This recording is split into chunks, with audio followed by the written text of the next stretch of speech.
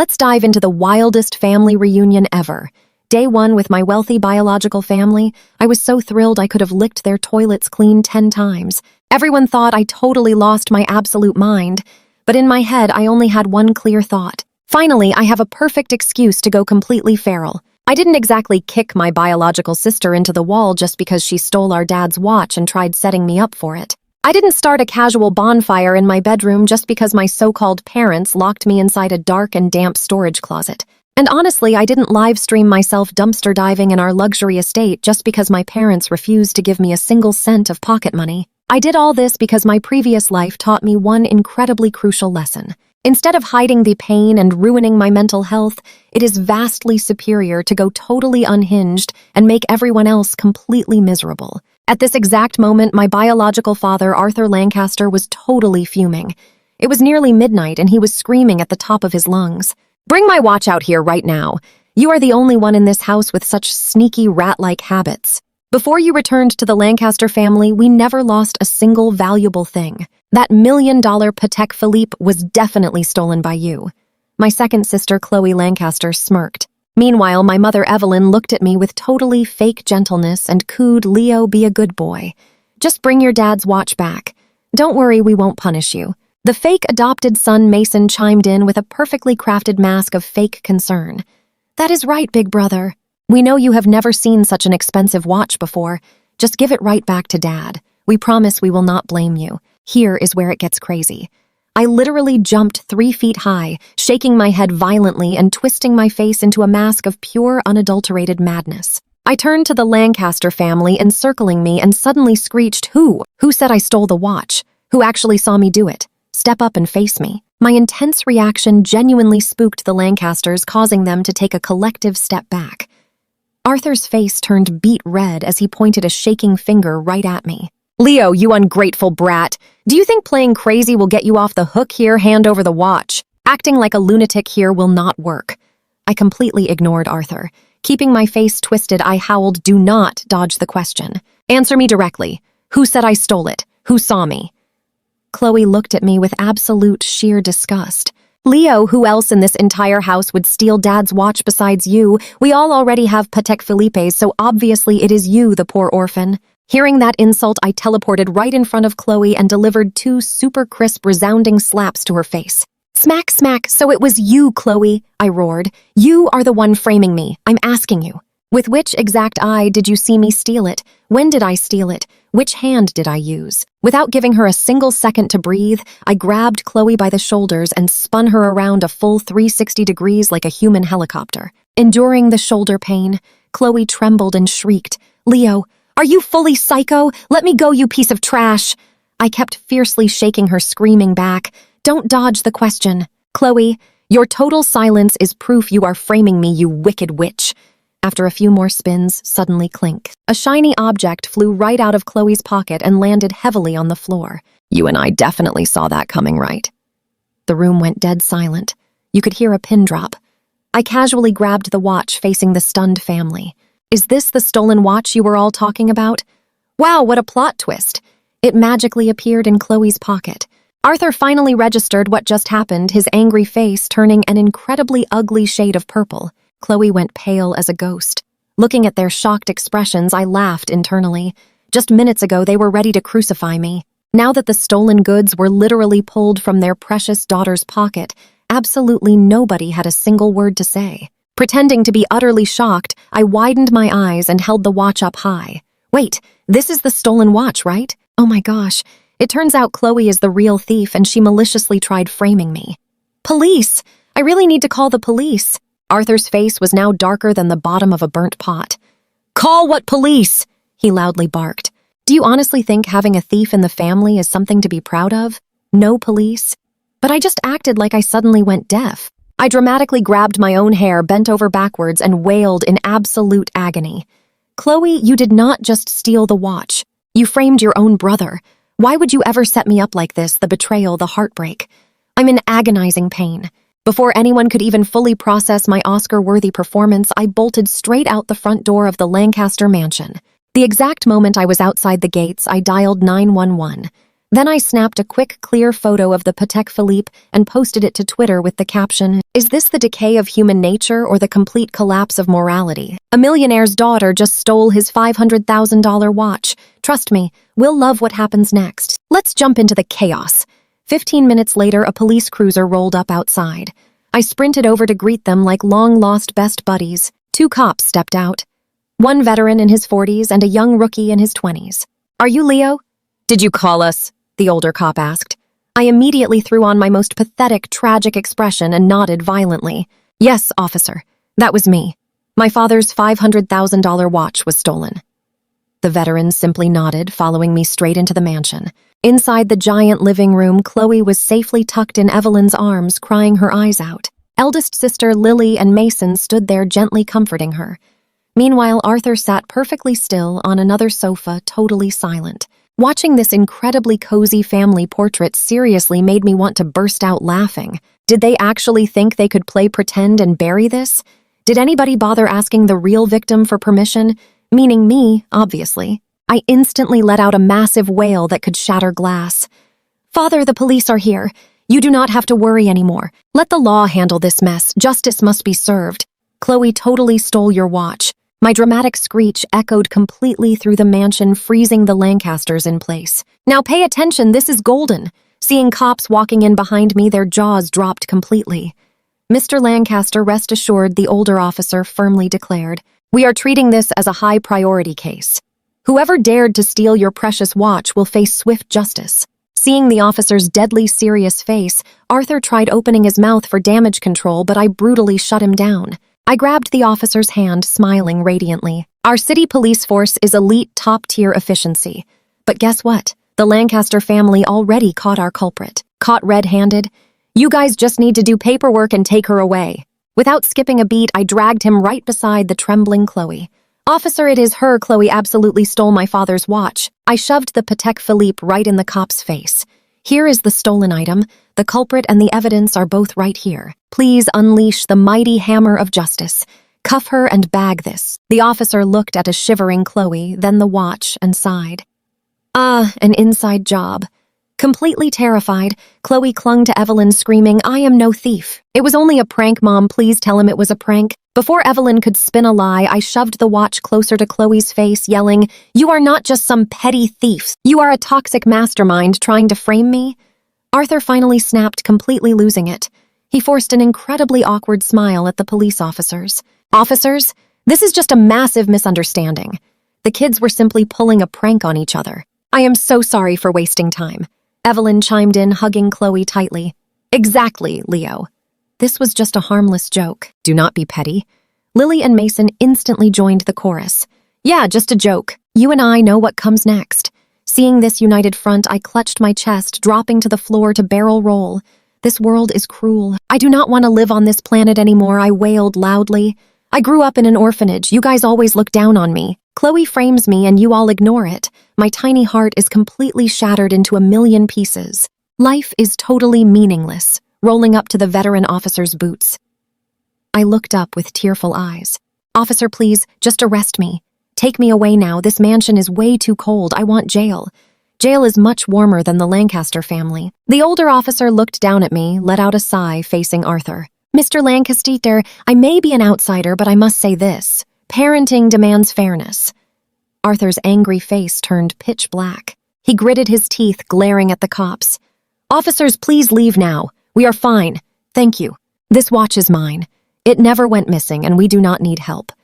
The older officer sighed again, bending down to pat my shoulder. "Kid, I know things are tough, but if the victim refuses to press charges, our hands are completely tied. I am truly sorry." With that, he led his rookie partner outside. The second the door clicked shut, Arthur whipped around, roaring at me loudly. "Leo, the cops are gone! Why are you still on the floor? Who are you acting for? Get up! Stop embarrassing us!" I calmly stood up. First, I smoothed the wrinkles on my faded old school uniform. Next, I elegantly dusted off my sleeves.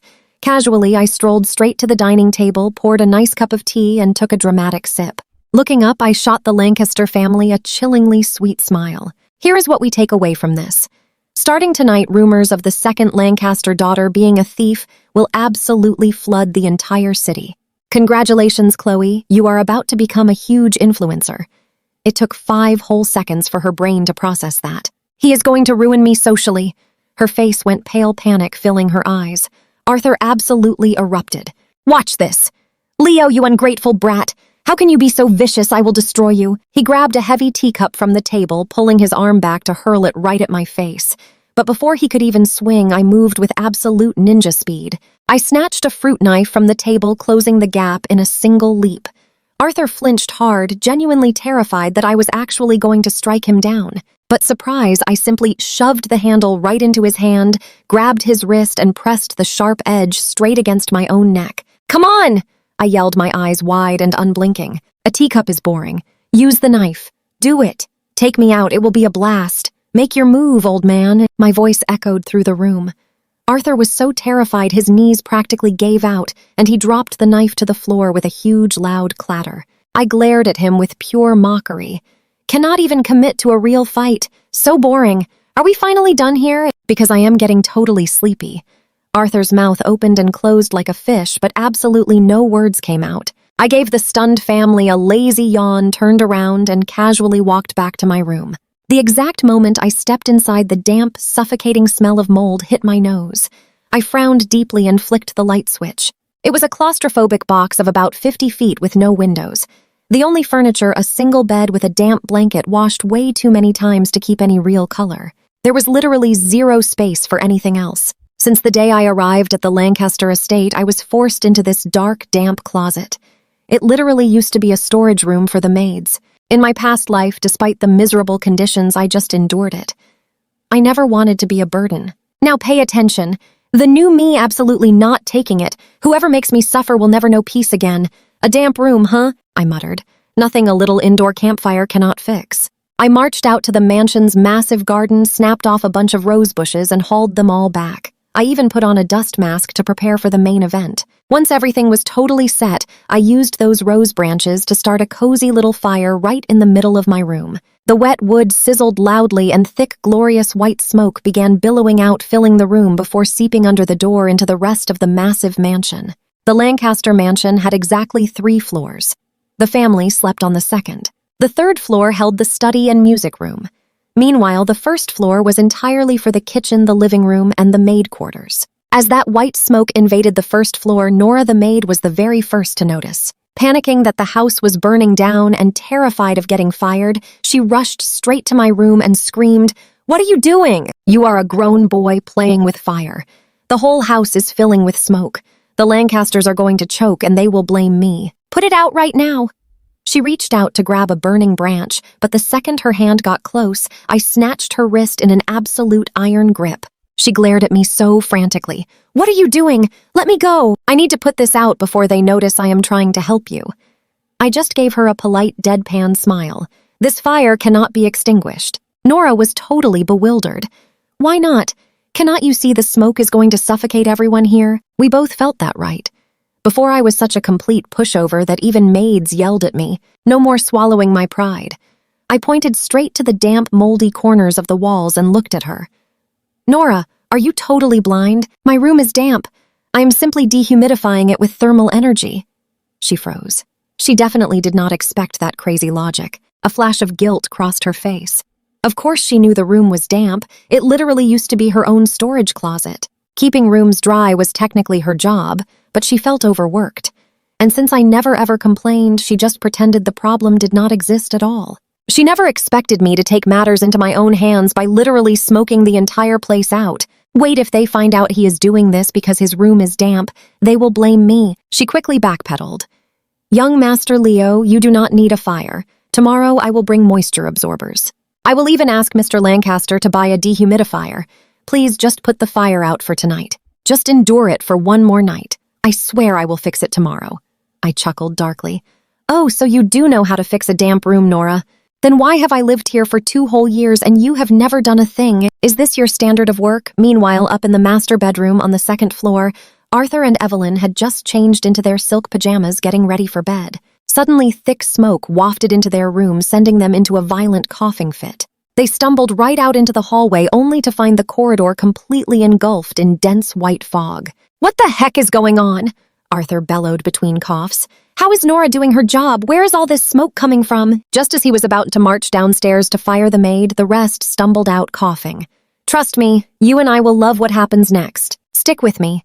You are about to see an absolutely epic family showdown. Marching downstairs together, they were on a furious mission to hunt down Nora. The smoke down there was insanely thick, completely and utterly burning their eyes. Arthur tried keeping his absolute bossy attitude and roared Nora, "Get out here right now and explain this mess. Are you trying to burn my house down? Tired of having a job?" Evelyn coughed, trying to play the sweet peacemaker. Arthur let us just ask what happened first before jumping to conclusions. Lily and the rest angrily piled on too. Nora is getting way too lazy. In my company, she would be fired instantly with absolutely zero payout. Hearing the massive uproar, Nora left me and sprinted toward the entrance. Catching their harsh insults as she arrived, she felt completely and utterly wronged. Tears welled up in her eyes. Seeing her crying, Arthur just got even angrier. "You still dare to cry right now? Look at this thick smoke. If we choke, can you take responsibility?" Nora sobbed loudly, her voice trembling in fear. "Sir, the smoke is absolutely not my fault. It is all young Master Leo doing this. Not me." Arthur completely froze. "Leo? What is he up to now? Is he not done causing trouble today? First, he completely frames Chloe as a thief. Now he tries smoking us out. Leo, get out here and explain yourself right now, or I am completely done with you." Over in my room, I heard Arthur screaming perfectly clear along with Nora completely snitching. But I just kept casually tossing damp rose branches into the fire, completely and utterly unbothered. Actually deciding the smoke was not thick enough, I tossed in extra leafy branches for maximum dramatic effect. Hate the smoke. Just inhale more to build up an immunity. Getting absolutely zero response. Arthur felt his precious authority being completely mocked. He furiously glared at Nora. "Take me to him right now. I want to see this." Nora nervously led the way, followed closely by the coughing, completely red-eyed Lancaster family. Now watch closely, this is where the reveal gets absolutely hilarious. There I was, rocking a dust mask, happily tending a roaring campfire right in the middle of the tiny room. Thick smoke billowed continuously from the pile. Arthur shook with absolute rage, pointing a finger directly at me. "Leo, you completely ungrateful brat! What are you doing? We forgave the watch incident, and now you try smoking us out of our own home. What do you want?" "Nobody forgave that," Chloe muttered angrily from the back.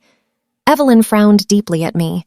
"Leo, I always thought you were a very sensible boy. Why act like a total delinquent today? First calling the cops on your own sister, now lighting fires indoors. Can you just be a little more mature?"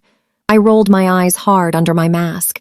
This woman was a total master manipulator. In my past life, I stayed weak and totally docile because she always weaponized the word sensible against me, guilt-tripping me into never fighting back. Lily crossed her arms. "Exactly, Leo. Do you lack basic common sense? You do not live here alone. You cannot just be selfish." Then Mason stepped right up, playing the angelic brother role perfectly. Big Brother definitely did not mean it. He probably never realized the fire would create so much smoke and choke us. Now that he knows, he will not let us suffer. "You will put it out right now, right, Big Brother?" Hearing this nonsense, Arthur practically exploded with rage. Of course he knew. Just look at him. He is literally wearing a mask. "Leo, put that out immediately, or you are finished."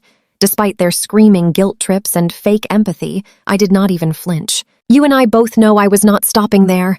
I slowly tossed another branch into the flames. "Yeah, stopping this fire is not happening," I said casually, fueling the flames even more. Arthur's eye twitched violently in pure frustration. He remembered my wild outburst from earlier and absolutely did not dare step forward to physically stop me now. He just stood safely by the door and yelled, "Why can you not put it out? Look at us, we are choking!" I poked the fire with a stick, ignoring him. Obviously, I cannot stop it. This room is so damp it is practically a swamp. I am just doing some simple climate control.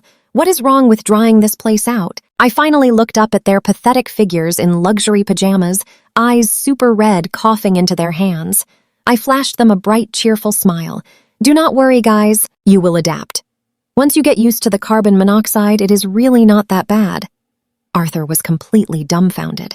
"You are acting totally crazy again. There is no damp bedroom in the Lancaster mansion." Hearing that nonsense, I instantly sprang up, lunged right at Arthur, grabbed his arm, and dragged him inside. Before he could even react, I slammed his pristine hand flat against the wall. What on earth are you doing? Arthur yelled, trying to yank away, but he suddenly froze. The wall beneath his palm was completely freezing cold and undeniably wet. Well, I demanded loudly. Is it damp? Is it wet? Pretty insanely damp, is it not? Arthur slowly looked down at his hand. So what do you and I take from this karma is real? The wall had literal water droplets and mold, leaving him staring in pure shock. Stick with me here. A 4-by-5-foot box with mold everywhere, 0 windows, and 1 bed blanket feeling exactly like a soggy mop. He touched the soaked blanket. Arthur's anger instantly shifted. Leo, why are you living in a damp closet? Is the Lancaster family totally broke? Do we lack rooms? Why is my son living in a tiny, airless swamp? Right then, Evelyn and Lily finally squeezed into the doorway. I just sneered at them both. Absolutely perfect timing. Let's get a real sensory experience going. I grabbed Evelyn and Lily, yanking them straight forward, and slapped their hands right onto that nasty, moldy wall. They opened their mouths to totally scream at me. But the freezing, slimy feeling on their palms shut them up instantly. Spotting the gross green sludge, they violently yanked their hands back, wiping them frantically on expensive pajamas like they just touched absolute toxic waste. Watching their reactions, I laughed coldly inside. You cannot even handle touching this for 3 seconds. Try living here for 2 whole years, I shouted back, damp. My room is a complete biohazard zone. What is wrong with burning a little fire to dry it out? Are you guys being dramatic or what? Whoever thinks I shouldn't burn this fire is totally welcome to sleep in this bed tonight. Now watch this. Arthur stared at my totally unhinged posture, shaking with pure anger. But this time, that intense anger was not entirely aimed at me. Nora, Arthur bellowed, "Get in here and explain this right now. Why is Leo living in a damp storage room?" Hearing that terrifying roar, Nora squeezed through the doorway, looking absolutely and utterly miserable. "Mr. Lancaster, you absolutely cannot blame me for this. I was simply following orders from you and the madam." Arthur's eyes instantly widened. "When did I ever tell you to put Leo in this dump? Nora, you have serious nerve trying to push this blame onto us." Evelyn frowned too, her voice soft but super sharp. "Nora, I always thought you were an honest worker. Why shift the blame? I trusted you for years." Nora broke down completely, crying and screaming loudly. "Sir, madam, you really cannot say that. 2 years ago, when young Master Leo arrived, I asked you. At that time, the 3rd floor had just been totally renovated and there were 0 empty rooms. The 2nd floor was packed with your bedrooms, so Madame specifically ordered me to clean out a room on the 1st floor for him." Evelyn's face instantly went totally stiff with embarrassment, but she quickly defended herself. "Nora, let us get the actual facts straight here. I told you to clean a 1st floor room. I never told you to put him inside a moldy storage closet." Nora collapsed onto the floor, sobbing uncontrollably. "Madame, what other room was even there on the 1st floor? This was literally the only empty space left. You and I are thinking the exact same thing." Bored of their blame game, I realized the smoke clearly was not thick enough yet. I grabbed a fresh handful of damp roses, gently placing them right onto the fire. Arthur saw this, and his eye literally twitched. "Why add more fuel? Look at the smoke. Do you want to suffocate us all?" "Put it out now." Evelyn frowned right at me. "Leo, I know you are not a selfish boy. Look, this fire is totally choking the whole family. You wouldn't only think of yourself, right? Be a good boy and put it out." I held a burning branch, looking at them with totally wide, innocent eyes. "Put it out. You guys literally just felt how completely wet this room is. If I do not dry it out, how can I sleep? You guys aren't selfish either, right? It is just a little smoke. Cough a little and you'll build character. You guys only have to smell it for a bit. But I actually have to sleep in this swamp. You wouldn't force me to sleep in mold just to save yourselves some coughing, right?" Evelyn was left totally speechless by my flawless reverse card logic. Arthur simply glared at her. He knew if he didn't solve my housing crisis today, this fire was never going out. "Leo, put the fire out right now." "Fine. We will give you a brand new room, big, bright, and completely clean. You will not need to burn fires anymore." Evelyn's lips parted, ready to totally object, but one look at Arthur made her completely swallow her words. I feigned shock. "No way, you guys are so incredibly busy. I couldn't possibly trouble you. I am a big boy now. I can solve my own problems. I'll just keep this bonfire going. No need to inconvenience anyone here." Saying that, I tossed 3 more branches into the flames. This time, not only did Arthur's eye twitch, but his entire facial structure completely spasmed. "No, it's not a trouble. Not at all. I'd really like to see anyone try to say it's a trouble." He shot a lethal glare at Evelyn and Lily. Evelyn completely froze, forcing a plastic smile. Of course it's not a trouble. It's a super simple fix. Lily, who had been completely silent ever since seeing the windowless mold box I lived in, just slowly nodded. Even though she totally disliked me, the sudden interloper brother. She wasn't quite cruel enough to think a human should live inside a damp closet. The Lancaster family certainly had plenty of spare rooms. Arthur nodded in satisfaction and turned straight back to me. "See, Leo?" "Everyone agrees. Now put the fire out, just look at the smoke." "So what do you and I learn here?" I faked a totally shy, conflicted face. "Well, if it's no bother, rejecting your kindness would be rude. Stick with me here." Arthur pointed frantically at the bright, burning fire. "Yeah, we would be very sad." "Put it out." I blinked, holding a branch. "Put it out." Why, they completely froze. Arthur's face turned completely purple.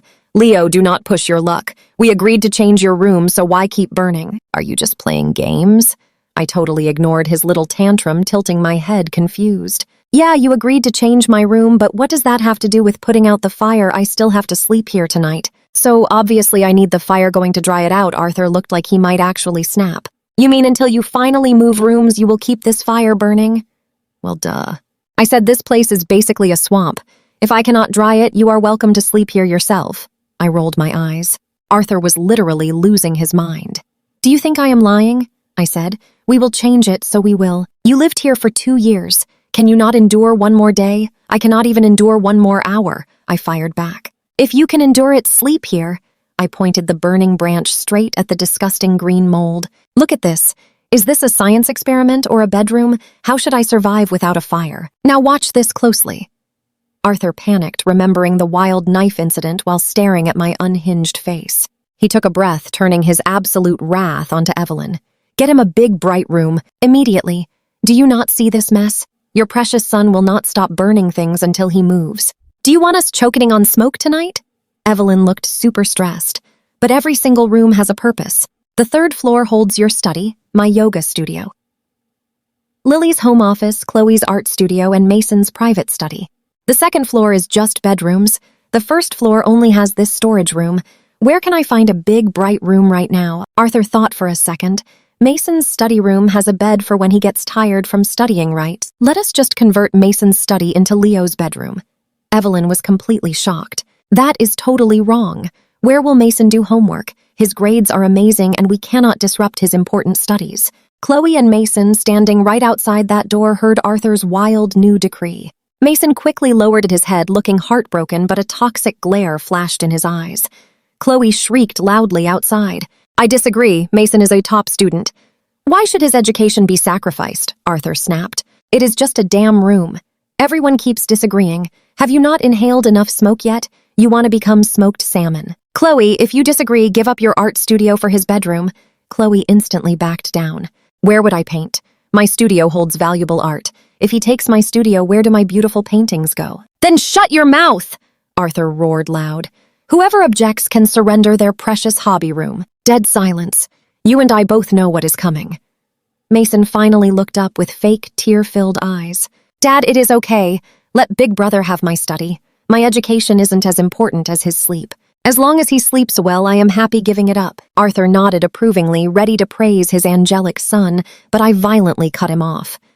"Mason, spare me this soap opera. Are you seriously acting like a martyr? You are adopted, yet you have a bedroom and a private study. Meanwhile, the biological son lacks a bedroom window. Giving up your extra study room is somehow considered a massive sacrifice. Is this family abusing you?" Arthur's praise choked in his throat. A complicated look flashed. Outside, Mason froze, genuine panic really setting in. He could not understand this. The old Leo would never dare confront him. Chloe defended her fake brother. "Leo, you ungrateful jerk. Mason gives up his room, and instead of thanking him, you just mock him." Mason played the perfect victim. "Chloe, stop. I'm voluntarily giving it up. I need zero gratitude. I could not care less about their performance." I grabbed the wet branches, dumping them onto the fire. The flames roared higher, making the smoke thicker than ever before. I sighed loudly.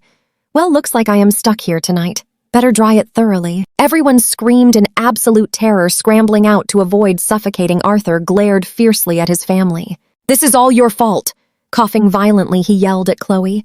Gratitude for what exactly? I own every room. I decide who sleeps where. You and I love this payback. He never needs to thank me. Let's jump right in. Arthur glared at Mason. Are you really upset losing your room? Mason panicked. No, Dad, not at all. Arthur totally ignored him, turning to the maid. Nora, tonight you will finally clear out Mason's third-floor study. It becomes Leo's bedroom immediately. Instantly, Nora, finally snapping out of her daze, nodded vigorously and immediately sprinted upstairs to start cleaning. Arthur watched her go, exhaled a massive sigh of relief, and then faced me. Leo, your housing crisis is completely solved. You get a new room very soon. Can you please extinguish that fire right now? I looked at him, stared down at the bright flames, and sighed dramatically. All right, fine. Since you guys went through so much trouble to accommodate me, I'd be a total jerk to refuse. I guess I'll just tolerate the third floor. Arthur's eye twitched so hard he practically gave himself a migraine. But seeing the flames were finally going to fade away, he exhaled deeply.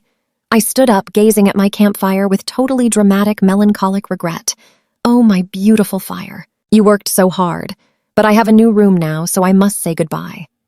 Farewell, my loyal, fiery friend. Saying that, I grabbed a glass of water and splashed it over the flames. Watching the fire burn completely out, Arthur finally felt totally safe. All right, if there is nothing else, just go to sleep. Nora will have your room ready soon. Get some good rest. Nora worked with the absolute speed of a caffeinated cheetah.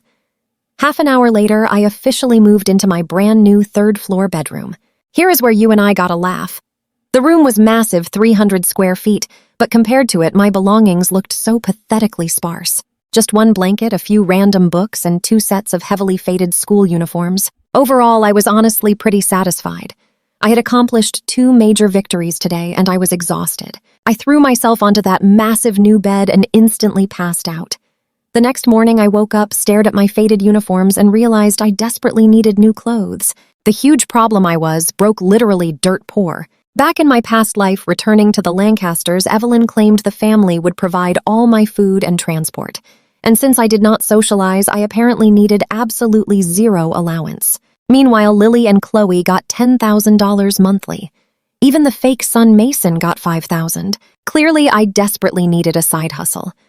When I walked downstairs for breakfast, only Evelyn, Chloe, and Mason were home. Probably because of yesterday's wild chaos, all 3 of them aggressively ignored me, giving me the silent treatment just to assert their dominance. I honestly could not care less. After practically inhaling my breakfast, I grabbed a massive woven sack from the utility room, made absolutely sure my phone was fully charged, and marched right out. Time to get this bread, I yelled to nobody. The 3 of them just stared at each other in total confusion. What kind of crazy episode is he having this early in the morning? I carried my giant sack out of the mansion and surveyed the luxury villa district. There were around 50 massive estates here, with a communal dumpster placed every 5 houses, 10 huge dumpsters in total. If I did a full lap, I could easily raid every single one. Pure action time. Now watch this genius move carefully. I pulled out my phone, opened TikTok, and started a live stream titled Billionaire Heir Dumpster Dives in Luxury Beverly Hills Style Estate. Then, sack in hand, my epic trash hunting journey finally began.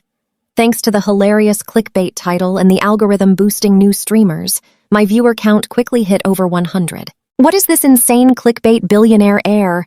Yeah, right. If he is really a rich kid, why is he digging through trash? I do not even care if it is real. I just want to see if rich people toss out good stuff. Reading the chat, I adjusted my gloves and dove right into the first bin. Welcome to the stream chat. I am indeed a certified genuine billionaire heir. If you do not believe me, go Google Arthur Lancaster, the absolute wealthiest man in this city. See if he has a son named Leo. Notice the strong family resemblance. As for why I am digging through trash, well, it is a long story. I was kidnapped by traffickers when I was 2, grew up in a rough orphanage. I only got brought back to the Lancaster family 2 years ago. But since I have a working-class background, they refused to give me any allowance. I am a completely broke high school senior, so I got a hustle. Suddenly, my eyes gleamed. Yo, chat, look at this. I pulled out a shiny watch and held it right up to the camera lens, grinning like an absolute maniac. Check this out. A Dior watch. It is not broken, just slightly used. Not bad. Not bad at all. The chat completely exploded. Bro, no way. I just checked the official site. That watch is worth $1,500. Even in that condition, you could flip it for $400 easy. Streamer, are you selling it? I will pay $500 right now. I kept digging with one hand while holding the phone. Selling it. Obviously keep your $500. $300 and it is yours. First to DM me gets it. Add my Venmo, send this cash and address, and I will ship it today. Instantly, digital gifts and crying emojis completely flooded the screen. Chat was incredibly hyped. Trust me, you and I are onto something big here. Donations started rolling in to totally support my epic treasure hunt. Stick with me. You and I are diving into pure chaos. That first dumpster was a total letdown. Nothing but empty champagne bottles and literal garbage. I quickly swapped to bin 2. Soon I was practically howling with laughter. Absolute jackpot, baby! Check out this insane find. I held up something shining super bright. A solid gold necklace. Looks like the newest Tiffany collection. Sells for $800 easily. I want it. Take my cash. My chat went wild. Sold for $150 to the first message. But wait, do not pay me yet. I gotta authenticate this gold properly before shipping it anywhere. Streamer is a total legend. Too honest, because of this crazy hype and the hilarious vibes, my live viewer count completely exploded. The algorithm definitely noticed and instantly trending tags like billionaire, dumpster diving, rich kid hustle, and massive trash treasure started climbing the local viral charts. While I was literally living my best life looting garbage, the massive Lancaster mansion had descended into total and complete panicked chaos. Arthur was chilling at his corporate headquarters reviewing files when his cell rang. It was Richard Sterling, a major rival. These guys absolutely hated each other, always throwing serious shade whenever possible. Arthur tried to ignore it, but Richard spammed him relentlessly until he finally answered. Ah, Arthur, my man, I am losing it. Richard's loud laughter blasted from the speaker. Your son is literally trending billionaire. Heir digs through literal garbage. I am crying, laughing here. Now watch carefully, everything shifts here. Arthur froze, instantly opening his laptop to search the tags. Sure enough, crystal clear photos of me half buried inside a trash bin appeared. His face speed ran through 5 stages of grief in 3 seconds. He snatched his keys and rushed straight back home. Kicking open the front doors, Arthur spotted Evelyn, Chloe, and Mason chilling in the living room, casually sipping their tea. That perfect, cozy little family vibe only fueled his blazing rage. Where is Leo? He practically roared, scaring them so badly they spilled everything. Why is nobody watching him right now? Evelyn frowned, visibly annoyed. Completely crazy. Why are you yelling the second you arrive? Arthur let out a hysterical, truly unhinged laugh. I am asking you again, where is he? Do you even know what he is doing? Evelyn rolled her eyes hard. He is basically 18. Should I track him with an Apple AirTag? He left earlier saying he was gonna go get that bread. I just assumed he found some basic job sweeping floors or hauling heavy boxes. Arthur's face instantly turned bright purple. Moving boxes? Yeah, right, he is humiliating us. Our entire family is becoming the biggest joke in this city. He threw his smartphone onto the sofa. Just look at what your precious son did. Evelyn grabbed the screen and fully gasped. There I was, broadcasting live, digging elbow deep inside trash with bold letters saying billionaire Heir officially dumpster dives. Chloe peeked over and her jaw literally dropped. Mason faked a horrified expression, though a super smug grin clearly tugged at his lips. Wait, what is this madness? Evelyn panicked, desperately trying to recover. I know what you're thinking. Messy? He literally chose digging trash for cash. How could I know? How do you manage things? Arthur ruthlessly screamed at her. Meanwhile, completely oblivious to that massive nuclear meltdown back home, I happily hyped my fans. I finally reached the last bin. The previous ones dropped a watch, that necklace, designer toys, Dior kicks, and expensive perfume. My chat instantly bought everything, and I easily pocketed a clean $1,000. I hyped myself up and dove right in, praying for an epic finale. Suddenly, my eyes spotted a flawless premium orange box. Yo, chat, we secured an Hermes box, I yelled loudly, pulling the treasure out. Popping it open, holy crap, 5 brand new premium red lipsticks. The stream totally lost its mind. New Hermes lipsticks? That is $300, streamer. Please, I desperately need them. I just laughed. First message claims it for $50, man, I am too cheap. Streamer, you rule. I was absolutely vibrating with happiness. I was packing my loot when an ear-piercing scream completely shattered the peace. Leo, you are an absolute disgrace. I glanced up. Evelyn was literally charging toward me, designer heels furiously clicking against the concrete pavement. Her usually flawless hair was ruined completely, losing that snobby high society vibe. You are deeply humiliating the proud Lancaster family. Get back home right this second. Your father is enraged. I casually ignored her screaming and kept packing up my trash treasures. Seeing me ignore her, Evelyn marched closer, aggressively grabbing for my arm. I simply swatted her hand away and smiled brightly at the camera. Hey chat, I am still streaming here. Want me to introduce you guys? Evelyn violently flinched back like she caught fire, stumbling away in absolute panic over being broadcasted live. The whole chat exploded. Who is this loud Karen? Why is she screaming at our guy? Keep digging, bro. Ignore her nonsense. Do not shut the stream off. This family drama is the perfect 10. I smiled warmly into the lens. Do not worry, guys. Until I empty every dumpster nearby, the stream stays running. Let's see what crazy loot we pull out next. All right, stick with me here. I kept digging, totally ignoring Evelyn 10 feet away, pinching her nose, way too terrified to approach the camera. Completely defeated, she grabbed her phone, frantically dialing Arthur for backup. Minutes later, Arthur, Lily, Chloe, and Mason came absolutely sprinting down the street. Seeing me still knee-deep in garbage, Arthur almost charged forward to tackle me, but Evelyn yanked him right back. He is live streaming, she hissed. Step over there and your face is plastered all over the internet. Arthur instantly froze in his tracks, forced to stand on the sidewalk, glaring at me with absolute fury. I kept digging, though the bin was mostly empty. Right as I was about to quit, the chat started spamming like crazy. Streamer, that tiny black pouch, grab it. Yeah, that looks exactly like Gucci. Check it. Following their quick instructions, I picked up a tiny, totally unremarkable black pouch about palm-sized. I held it up to them. This thing is a classic Gucci coin purse. They do not sell those anymore. Worth like $200 secondhand. Dibs, I pay $100 right now. I was totally bewildered that a tiny leather square was worth so much. But hey, money is money. Sold for $100. The chat immediately rained digital gifts on me. I checked the empty dumpster and smiled brightly. All right, guys, that is every single dumpster cleared. We are done today. If you missed out, do not worry. We will go trash hunting again tomorrow. No, please do not leave. Tomorrow for sure. I happily patted my massive loot sack. Watch this next part closely. Seeing my triumphant smile, Arthur looked ready to explode. He tried lunging forward again, but Evelyn dragged him back, pointing toward the neighboring huge mansions. Several nosy neighbors were peeking right out their windows, totally enjoying the free reality show. Arthur grew completely furious. He pointed a shaking finger right at me. Leo, you ungrateful brat! Get inside the house right now! We are going to have a very serious talk. Evelyn looked at me with pure disgust.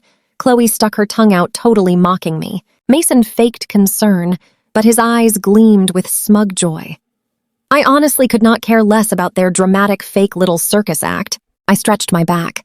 Man, dumpster diving is quite a heavy workout. I hoisted the massive sack of trash treasures over my shoulder, whistling a cheerful little tune, casually strolling past them toward the giant mansion. Once inside, ignoring their icy glares, I carried my heavy sack straight up to the 3rd floor, carefully locking my epic loot inside my room. This was my hard-earned inventory for my awesome fans. I refused to let them ruin it. Arthur, absolutely furious that I had not groveled, immediately led the entire family stampeding inside. Mason walked in, his eyes full of pure resentment, seeing me inside his former study. I just kept organizing my loot, completely ignoring them. Leo, you absolute embarrassment! Arthur roared. Throw that trash out immediately. Do you have any idea how much reputation the Lancaster family lost today? Evelyn frowned. You are a billionaire's son now, not some random street kid. You need to seriously think about our reputation. Chloe pinched her nose. You are gross. Raised in an orphanage, so you naturally gravitate toward garbage. So embarrassing. Mason played the absolute saint. Big brother, you do not understand. Family honor is way more important than anything else.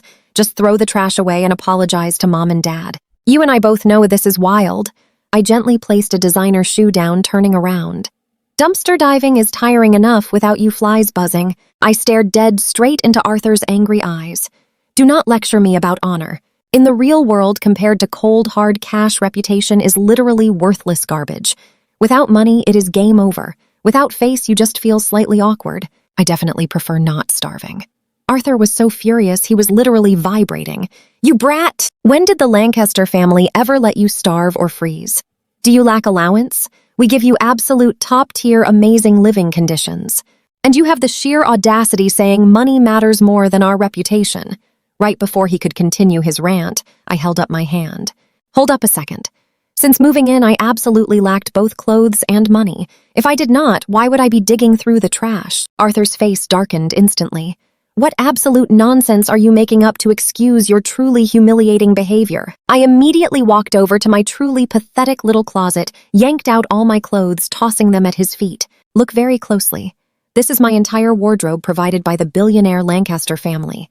2 faded, slightly torn school uniforms. Is this not lacking clothes? Arthur was about to start yelling again, but he looked right at the pile. He completely froze. Literally just 2 worn-out uniforms, absolutely nothing else. He looked at me in pure shock. Are you kidding? You only own 2 uniforms. Evelyn, is this actually true? How can he only have 2 outfits? Arthur rarely noticed domestic matters, genuinely thinking I just enjoyed wearing my uniform. Discovering this was my entire wardrobe, he stubbornly refused to believe, it desperately hoping Evelyn would completely deny it. But Evelyn simply looked away, appearing incredibly guilty and awkward. That's where we leave it for now. Suppressing his rage, Arthur glared. You are almost an adult. Do you not know how to buy clothes? Stick with me. What do you do with your allowance? Buy games. I laughed coldly. Allowance? I have never seen a single penny since I stepped foot in this huge mansion. Honestly, the orphanage treated me way better. At least there we got fresh clothes every season and cash for snacks. Here, 0 to wear and 0 to spend. I should have stayed at the orphanage. Moving to the Lancaster estate was a massive downgrade. Arthur absolutely exploded. You dare say my house is worse than an orphanage? Stop lying. Every kid here gets a generous allowance. Even your older working sisters still get money from us. Why wouldn't you? He quickly whipped around to face Evelyn. Evelyn, am I right? Tell me exactly how much allowance Leo gets every month. Expose his lies. Evelyn opened her mouth, but 0 sound came out. Her face turned pale. Finally, she offered a super weak defense. Leo is just a high school student. His food and housing are completely covered. What does he need money for? Arthur stared in pure disbelief, pointing a trembling finger. So you actually never gave him any allowance? Her heavy silence was all the confirmation he needed. Arthur was too stunned to speak, but this was not the best time to battle his wife. The biggest priority was stopping me from hitting the dumpsters and ruining his public image. He coughed awkwardly and looked right at me. Watch closely because this gets wild. Leo, let's make a deal. You pick trash for cash. Starting today, your mother will give you an allowance. Just promise me you will never go dumpster diving again. Okay, I waved my hand dismissively. Nah, keep your allowance. I am good. I found my own hustle. Today, I made $1,000 from this. At this rate, 30 days a month, that is $30,000. So please do not bother giving me charity. I love being a self-made entrepreneur. Arthur's eyelid twitched aggressively. He gritted his teeth. Leo, you make $30,000 doing this. Fine. I will give you an allowance of $30,000 monthly. Just stop touching the garbage. Deal? Before I answered, Evelyn protested.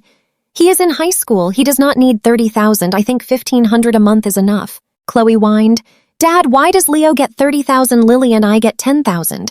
Mason gets $5,000. If he gets $30,000, he is getting more than us. That is so unfair. Seeing their red eyes of jealousy, I laughed internally and quickly agreed. Yeah, exactly. So unfair. Just let me be an independent hustler. Seriously, keep your money. Arthur glared at the girls and roared. Do not talk to me about fairness. Chloe, can you earn $30,000 a month? If you can, I will give you $30,000 too. Can you? Chloe pouted and shut up. Arthur turned to Evelyn. A Lancaster child deserves $1 million a month, let alone $30,000. You think it is too much? Fine. I will transfer the cash to him personally. Evelyn did not dare argue further, especially since it bypassed her personal budget. Arthur turned back to me. Well, Leo, $30,000 monthly directly from me. You and I saw this coming. Stop picking trash. Yes or no, I sighed dramatically. He just will not stop forcing money into my hands. What can I do? Getting $30,000 for 0 work is easier than digging through bins. And frankly, Evelyn and her feelings are not my problem. Fine, I love being self-made, but since you are begging me, I would hate to hurt your feelings. I accept. Arthur's facial muscles twitched, but as long as I stopped embarrassing him online, he ignored my attitude. He pulled out a sleek black bank card and handed it right over. There is $30,000 here. From now on, I will wire the money on the 1st of every month. Stay out of the dumpsters and the cash flows, but if I ever catch you near a trash can again, I am cutting you off instantly. Understood, I snatched the card. Stop nagging or I am going right back to those bins. At least my hustle has no lectures. I am only taking this because I pity you. Arthur was completely exasperated, but seeing the card in my hand, he finally breathed a huge sigh of relief and ushered everyone out. Once alone, I looked at my loot and sighed. My glorious empire cut down in its prime. But hey, 30,000 a month is a massive win. I never expected my stream to blow up like that. I had a solid fan base now. I could not just let the account die. Time to pivot my strategy. What should I stream next? For now, I just had to fulfill my orders. I spent the entire afternoon packing loot, cashing out my $1,000 via Venmo. Exhausted from the grind, I hit the bed and slept. The next morning, I slept in until 10 a.m. After washing up, I headed downstairs for breakfast. Reaching the staircase, I heard a mocking duck-like voice. Hey, Mason, is this the little trash picker of your family finally sleeping in? The early bird gets the garbage, you know. I looked over. It was a chubby kid giving me a nasty side-eye. His name was Luke. They snickered and chatted with Mason. Trust me, you and I are going to enjoy putting them in their place. All right, stick with me here. I frowned as memories flooded back about these rich kids relying on Lancaster corporate contracts. They constantly kissed up to Mason and acted as his personal little minions. Under Mason's subtle orders, they regularly tossed verbal insults at me. Since returning to the family, Arthur threw me into Elite Sunshine Private Academy right alongside Mason, claiming we could always look out for each other. Oh, Mason definitely looked out for me, all right. He actually turned the entire class against me, ordering these absolute goons to harass and humiliate me every single day. It was textbook psychological warfare. No physical hits, just relentless cold shoulders and harsh words that made me absolutely dread going to school.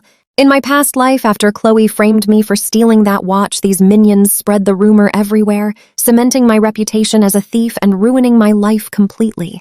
Thinking about all this, my joy from the 30,000 faded. Mason clearly was not happy about me humiliating him lately and resorted to his old tricks. He specifically invited his minions over just to insult me inside my own home. Absolutely perfect. This saves me the trouble of hunting them down. School does not start for another 5 days. Mason really hand-delivered these idiots right to my doorstep for target practice. But first, breakfast. I needed fuel to handle this trash. Let them act totally smug for a bit longer. I ignored the chubby kid's taunts, strolled straight into the kitchen, grabbed a plate, and started eating. Mason watched my silent retreat, looking honestly a little confused. This did not match the fearless Leo he witnessed lately. Maybe he only acts tough with family, but stays a coward with outsiders, Mason thought to himself. Watch closely now. Luke leaned in, whispering to Mason that he totally roasted me without getting any pushback. Do not worry, bro. He is a total wimp.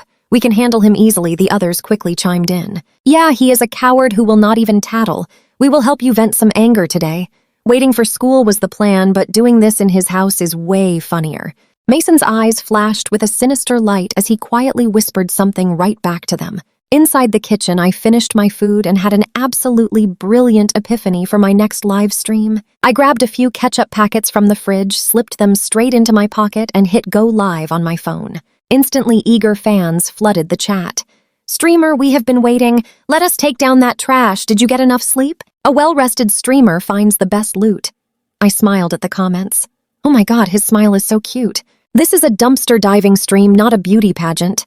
Get in the bin. I sneakily placed my phone in a hidden living room corner, angling the camera perfectly to capture that squad of absolute losers on the sofa. Then I confidently strolled right out of the kitchen. The exact moment I appeared, the malicious gazes of Luke and his entire crew locked onto me. Sam smirked, looking like he absolutely could not wait to start trouble. I ignored them, knowing they would come to me, and right on cue as I stepped toward the stairs, they finally made their move. We all saw this coming. Luke led the charge, blocking my path and sneering. Hey, trash boy. I heard you are upsetting my boss, Mason. You got a lot of nerve. Vince, Tom, and Sam quickly surrounded me, completely blocking off every single escape route. Trash boy, apologize to our boss right now and swear you will obey him from now on. Otherwise, you know what happens, Sam threatened with a nasty grin. Leo, do not listen to them, Mason called out from the sofa, acting totally innocent. I actually hope you never apologize so you learn what true regret feels like. I frowned deeply. These insults were incredibly weak. I needed to spice things up for the camera. I looked at them with pure disgust, muttering just loud enough for them to hear. A bunch of lapdogs barking for their master. You low-class, pathetic bastards. They all froze in sheer shock. Did I really just curse them out? Luke turned bright red with pure rage, reaching out to grab my collar. The others raised their fists, fully ready to throw hands. Perfect. I cheered internally. Everything was going exactly according to my master plan. Right as their hands were about to make contact, I violently threw myself backward, beginning to roll on the floor like a dramatic soccer player. Ah, the agony! They are attacking me. Absolute assault. I shrieked at the top of my lungs. While rolling, I expertly whipped out those ketchup packets, bit them open, and smeared red sauce all over my nose face and my white shirt. It looked like a completely horrific red disaster. The bullies stood completely frozen, just staring at their own hands. We did not even touch him. Why is he on the floor? Why is there so much red sauce? Mason reacted first, jumping up and playing hero. Stop it, why are you hitting him? How dare you strike my brother? I side-eyed him. The kid had decent acting chops, but today I was taking down his little minions. I continued to barrel roll across the floor, screaming even louder. The sheer agony, they are trying to end me. Trust me, you will love this part. My chat completely exploded. Streamer is getting jumped. Call the cops on them. Stick with me here. Who dares to attack a billionaire's son in his own home? Writing yesterday's hype, our live stream viewer count was absolutely massive. The clip of me passing out instantly hit the trending page. Upstairs, Evelyn heard the loud commotion and rushed down. Seeing me covered in red rolling on the floor surrounded by 4 clueless teenagers, she immediately grasped the terrible optics. Leo getting brutally ambushed inside the Lancaster mansion. This is a massive slap to the family's pride. At the exact same time, Arthur was sitting at his office. Paranoid that I might go back to scavenging, he had been randomly checking my stream. He tuned in exactly at the moment I was writhing in pure agony. "Who dares attack Leo?" Arthur roared in his office. "Who dares touch my son?" He recognized the 4 boys as his supplier's son's punks, who basically fed off the Lancaster company's leftover scraps. Arthur's fury went completely nuclear. They had the nerve to invade his house and attack his kid.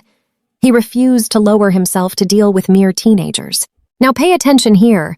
He immediately called all 4 fathers, chewing them out and ordering them to the Lancaster mansion right this second. Then he sped straight home to check my injuries.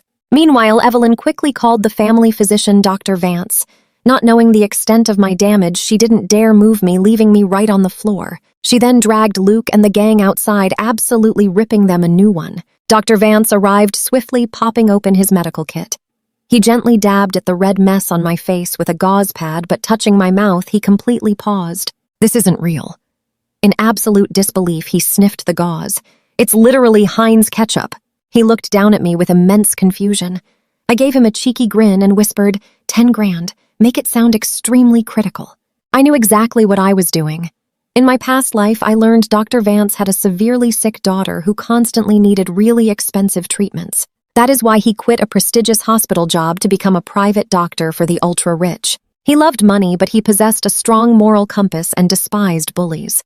He caught on immediately. Gritting his teeth, he whispered back, 20,000 and I'll diagnose you with massive internal damage. Deal, I whispered. We then shared a silent nod of mutual understanding. You and I both know what happens next. Arthur marched into the mansion, followed closely by the 4 fathers. The dads already knew their sons messed up. The moment they entered, they spotted their boys. 2 dads immediately pulled out their leather belts. The other 2 grabbed nearby solid wooden chairs. They each grabbed their respective sons and unleashed absolute hell. Belts cracked, chairs splintered, and the 4 bullies screamed in genuine, agonizing pain. Arthur stood to the side, watching in cold silence, feeling a huge rush of satisfaction. I laid on the floor, getting a front-row seat to this truly epic smackdown. Hearing their pathetic wails was music to my ears. You little punks thought you could actually get away with bullying me. Not today. After a few minutes of relentless smacks, the dads started feeling bad. Seeing their sons bruised and battered, their parental instincts kicked in and their angry swings slowed down. Some even stopped, figuring this was enough to appease Arthur. Seeing the action movie losing its thrill, I cranked up the volume. Ah, my organs, I am fading fast. I am completely slipping away. Hearing my tragic screams, Arthur snapped out of it, viciously glaring at the dads who had stopped. Terrified by Arthur's wrath, the dads immediately picked up their weapons and started wailing on their sons even harder. Meanwhile, Dr. Vance, seeing Arthur standing in the living room, began his Oscar-nominated performance. "Mr. Lancaster," he shouted frantically. Leo has suffered severe internal trauma. His organs are failing. It's completely catastrophic. The four dads heard this and practically turned Super Saiyan, smacking their kids at warp speed. Arthur completely panicked and rushed right to my side. Seeing me covered in red, he grabbed the doctor. "Dr. Vance, is he going to make it? Can you actually save him?" "Doctor." Vance pulled Arthur aside and whispered, "Mr. Lancaster, relax. Leo is perfectly fine." Arthur froze. "He is leaking everywhere." "You just said his organs are rupturing, doctor." Vance gave a dry cough and explained our little transaction, clarifying that the mess was just ketchup and I didn't have a single scratch on me. Arthur stood there dumbfounded before pure anger set in. What the hell is this kid playing at faking a tragic ending just for fun? Is he honestly trying to mess with me? He stormed right over to me and hissed, "Leo, you little punk! What are you doing? If you are not hurt, why are you putting on this entire circus act?" I didn't break character. I glared right back and whispered, "So what if I'm not hurt? They actually tried to hit me and they verbally abused me. I just want to teach them a harsh lesson. Is that a crime? If you think I am wrong, go out there and expose me. Go ahead, tell them." Arthur shook with anger, but realized my logic totally held up. Makes you think, right? Even without physical harm, they still tried jumping his son inside his own house. Stick with me here, giving them a harsh lesson was completely fair. The four fathers disciplined their boys so intensely they could not even stand up. Unable to continue the scolding, they dropped their belts and entered the living room. They forced awkward smiles at Arthur, then looked at my deeply bruised state. Seeing my miserable condition, they actually felt somewhat justified. Since their boys looked far worse, they panicked. "Mr. Lancaster, we are incredibly sorry," they begged.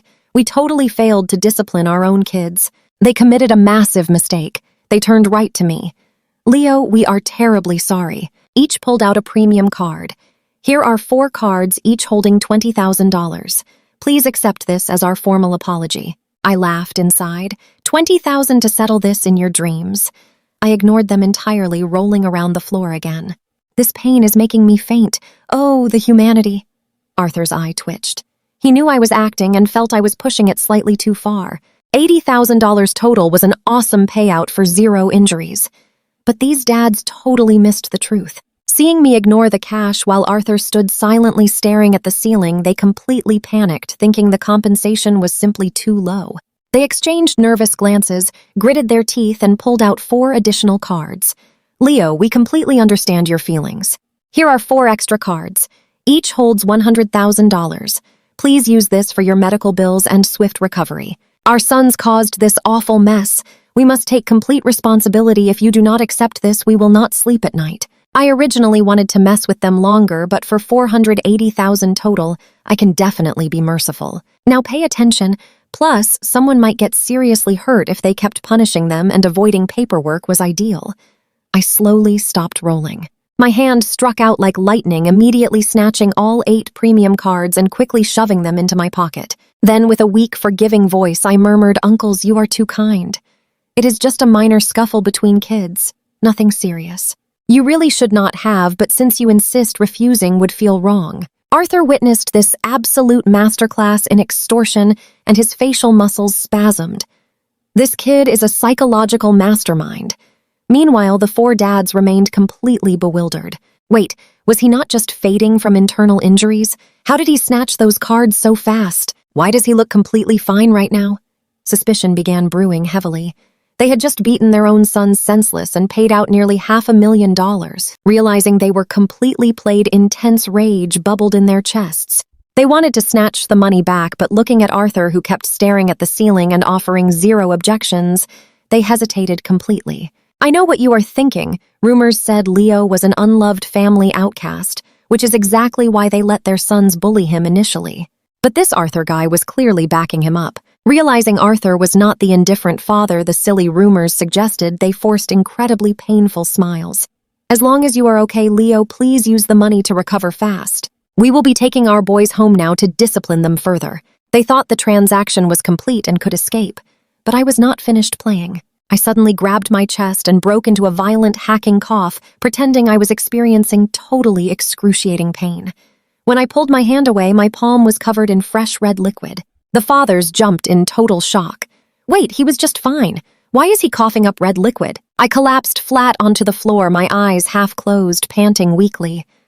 Uncles, even though it is just kids playing, your 4 noble sons did actually hurt me. Seeing how nice you are, I never wanted to fight back. But at the very least, should they not apologize to me? Honestly, it is for your own good. If you skip teaching them manners now, society will teach them later, and it will not be pretty. The dads were fuming. We punished them so fiercely they cannot stand, and you seriously want them to apologize? But seeing Arthur still staring silently at the ceiling, they were forced to swallow their pride. They marched outside, grabbed their deeply battered sons by the collars, quickly dragged them into the living room, and tossed them at my feet. You little punks, apologize to Leo right now. How dare you hit him? The 4 boys, heavily bruised and exhausted, could not even stand properly. They collapsed before me, but their eyes burned with deep defiance. Fight us one-on-one if you are a man, Luke spat. Calling our dads is a totally weak move. I was ecstatic. Yes, keep talking trash, you little garbage cans. The madder you get, the sweeter the apology. I dragged myself across the floor, groaning, oh, the pure agony, I am so weak. Arthur was also getting genuinely furious. Even if I was faking it, these kids had tried to jump me, and they were still glaring at me with absolutely zero remorse. He shot a truly lethal look at the fathers. Is this the kind of trash you raise? Look at how you educated them. The terrified dads shivered. They instantly kicked their sons in the ribs. Are you completely mute? Apologize now. Do you want another beating? Luke and the others yelped in pain, trying to crawl away from the kicks, but they were completely exhausted. You and I loved to see it. Defeated, they gritted their teeth, forcing out incredibly humiliating smiles. Sorry, Leo, we were completely wrong. Please forgive us. Their forced, ugly smiles basically looked like weeping monsters. I just smiled so warmly. Oh, no worries at all. I completely forgive you. Just promise not to bully your classmates anymore, okay? Good boys never do that. Look how devastated you made your poor fathers. Let's dive in. The dads' faces twitched so wildly they looked completely broken. I was having the absolute time of my life. You're right, Leo. Luke's dad forced out. We'll teach them better at home. They apologized and we punished them. Can we finally take them home now? Before he even finished, I dramatically flipped onto my stomach, dragging myself across the floor, staring in absolute horror at the red stuff. Why am I coughing up so much red liquid? I wailed. Am I a goner? I don't want to perish. I grabbed Dr. Vance's pant leg, sobbing completely hysterically. Doc, am I fading? Please save me. Dr. Vance, totally enjoying his role in this wild soap opera, just cleared his throat. Young Master Leo, please don't agitate yourself. You have severe internal injuries. If your heart rate spikes, the damage will worsen. I can treat you, but staying this stressed means even I can't save you. His flawless performance carried such genuine, heavy sorrow. Arthur's eye twitched yet again.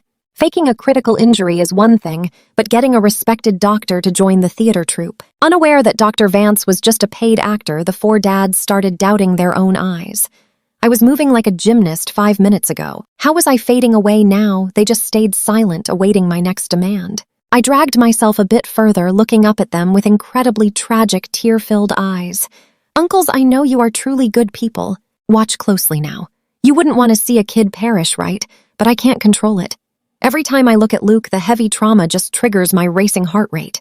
I get so agitated my organs might literally explode. You wouldn't want to be responsible for my end, right? Luke's dad caught on fast. Right. We'd never want that at all. Poor kid. We'll take them away right now so you won't have to see them. He reached down to drag his son away. Ah, my heart, I screamed. I'm a goner. Gasping for air, I continued. Since you're such good people, could you have Luke, Vince, Tom, and Sam transfer entirely out of Sunshine Private Academy? If I see them in the hallways, the intense PTSD will literally end me on the spot. You wouldn't let me down, right? The dads completely froze. Sunshine Academy was literally the most prestigious elite school in this city. Getting kicked out meant total social ruin. They sent their kids there to network with Lancaster heirs and easily secure future business deals. Now I wanted them expelled. That was basically destroying their futures. Their faces turned incredibly dark.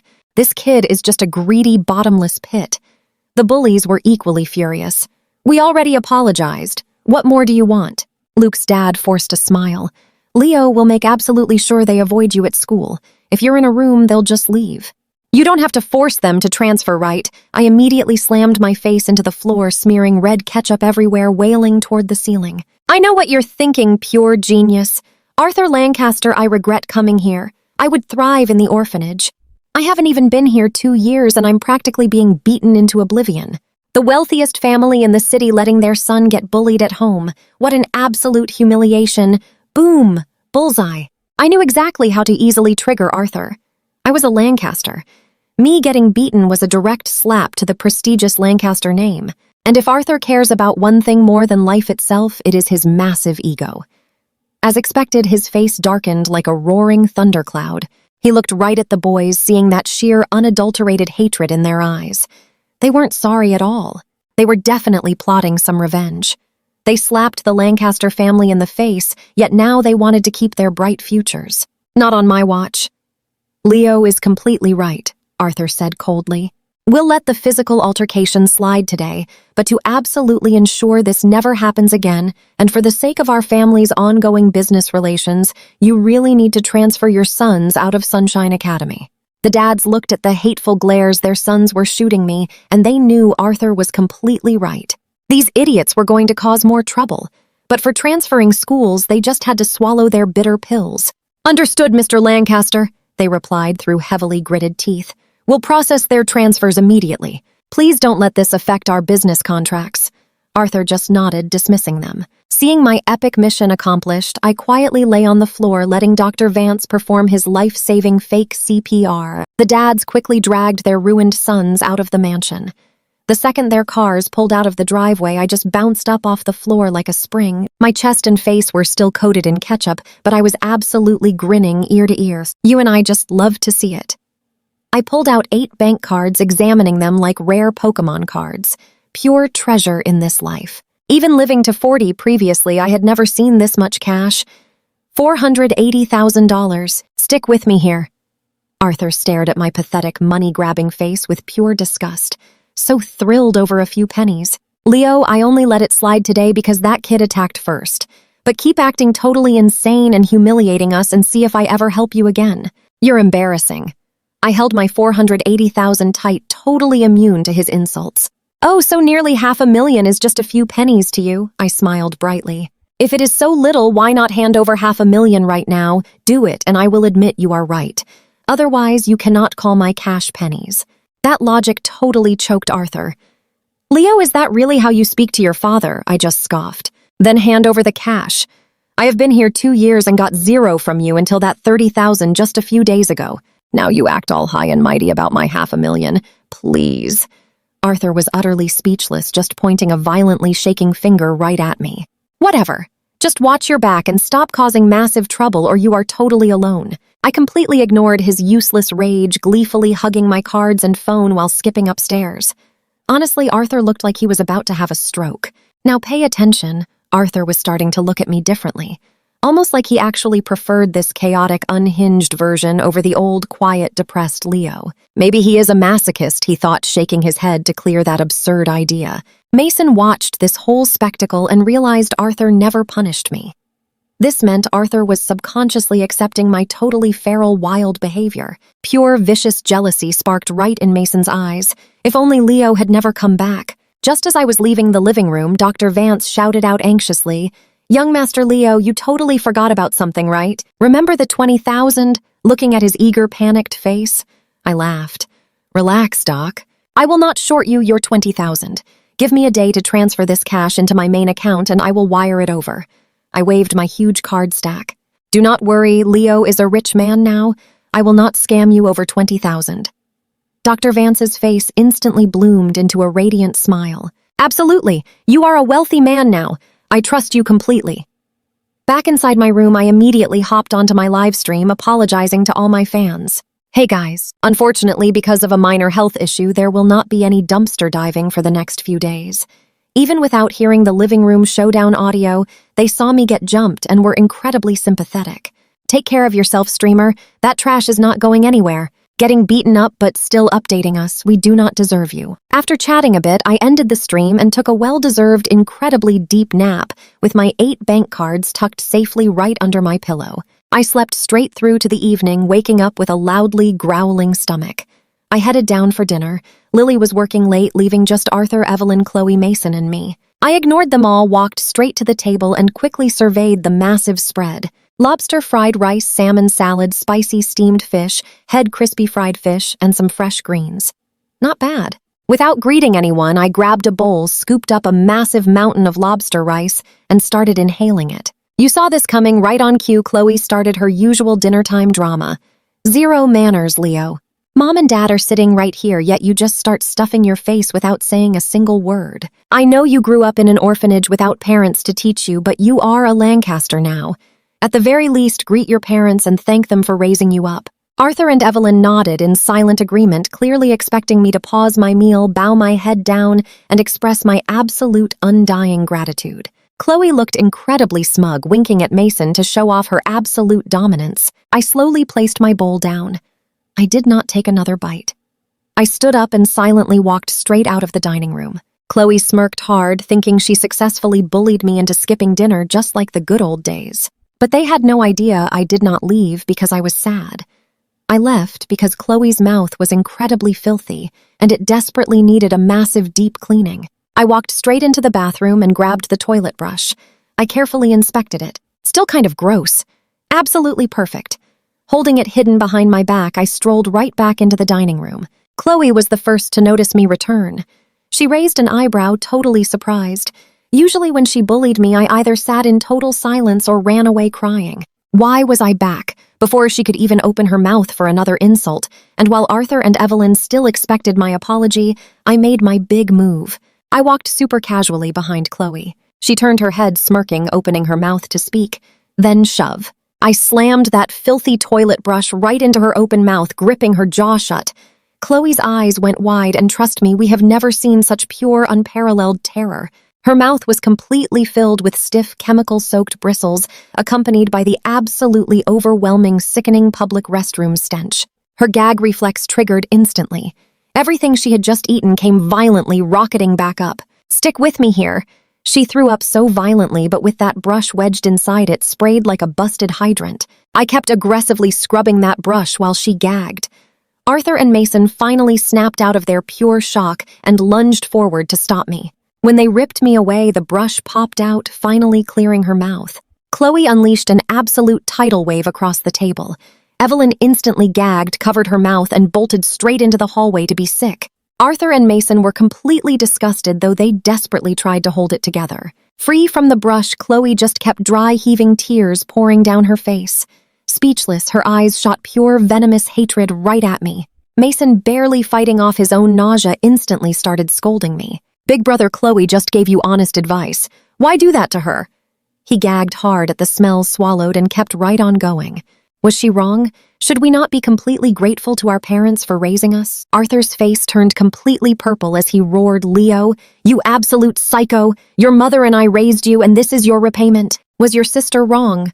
Do you not owe us all your respect and gratitude, or do you think we owe you? I just stared at the toilet brush, still not feeling satisfied. Then I met Chloe's furious, hateful glare. Now watch this part. Her mouth was still too dirty. Gripping that nasty brush, I stepped forward, and Chloe totally lost her mind. Completely exhausted and sobbing, she scrambled backward across the floor, desperately hiding behind Arthur's legs like a human shield. Seeing me ready to strike again, Arthur absolutely exploded. Leo, answer me. When your sister said to thank us, was she wrong? We owe you nothing, you ungrateful wretch. I laughed coldly and swung the brush directly at him. A few gross drops suddenly splattered right through the air. Arthur instinctively jumped back, dropping his leather belt. Unfortunately for Chloe, she caught the splash. Completely broken, she let out a pathetic whimper and passed out cold. What are you doing? Arthur screamed. Are you attacking your own father? He pointed directly at me, practically foaming at the mouth in rage. I should have left you behind so I wouldn't suffer from this absolute nightmare today. Hearing that, I completely flipped the switch. Dropping the brush, I twisted my face into pure fake anguish and threw myself on the floor, thrashing around wildly. The brush clattered away, smearing grossness across the tiles. Do you seriously think you owe me nothing? I shrieked at the top of my lungs. Arthur Lancaster, you and Evelyn owe me everything. You ungrateful brat. Arthur trembled.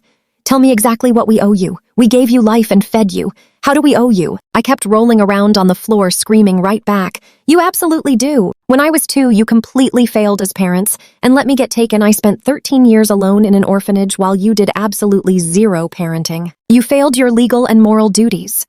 Arthur turned pale green, unable to formulate a comeback. I did not stop.